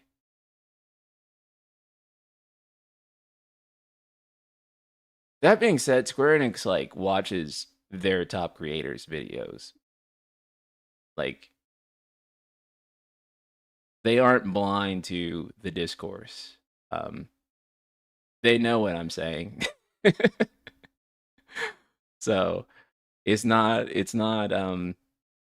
like if this was the way Japanese developers were in like, 5, 10 years ago or earlier than that, yeah. But in this day and age, yeah, the Japanese developers know what we're saying here in the West. It's all translated and a lot of them know English well enough and they go through it. So our fan responses and um what we say in the videos and like it all gets back to them. They know what's being said. It's not lost on them. Yeah, they said that Maximilian Dude's reaction video was their number one drive to make Final Fantasy VII. Yeah, exactly. So they don't like they're very keenly aware of what's being said here in the West. So yeah, it's not like a mystery anymore.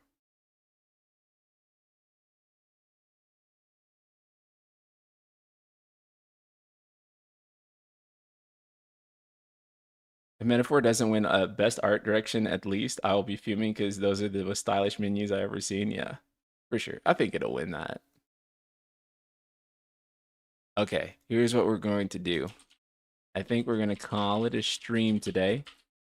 And if you're on Twitch, we're going to raid Schrodinger's Baby Seal. He is playing Silent Hill 2 Remake. So please go give him some love. And if you are on YouTube, we don't have a raid functionality for that. So I will see you guys all tomorrow. All right. Love you guys so much. See you later. And peace. Later, guys.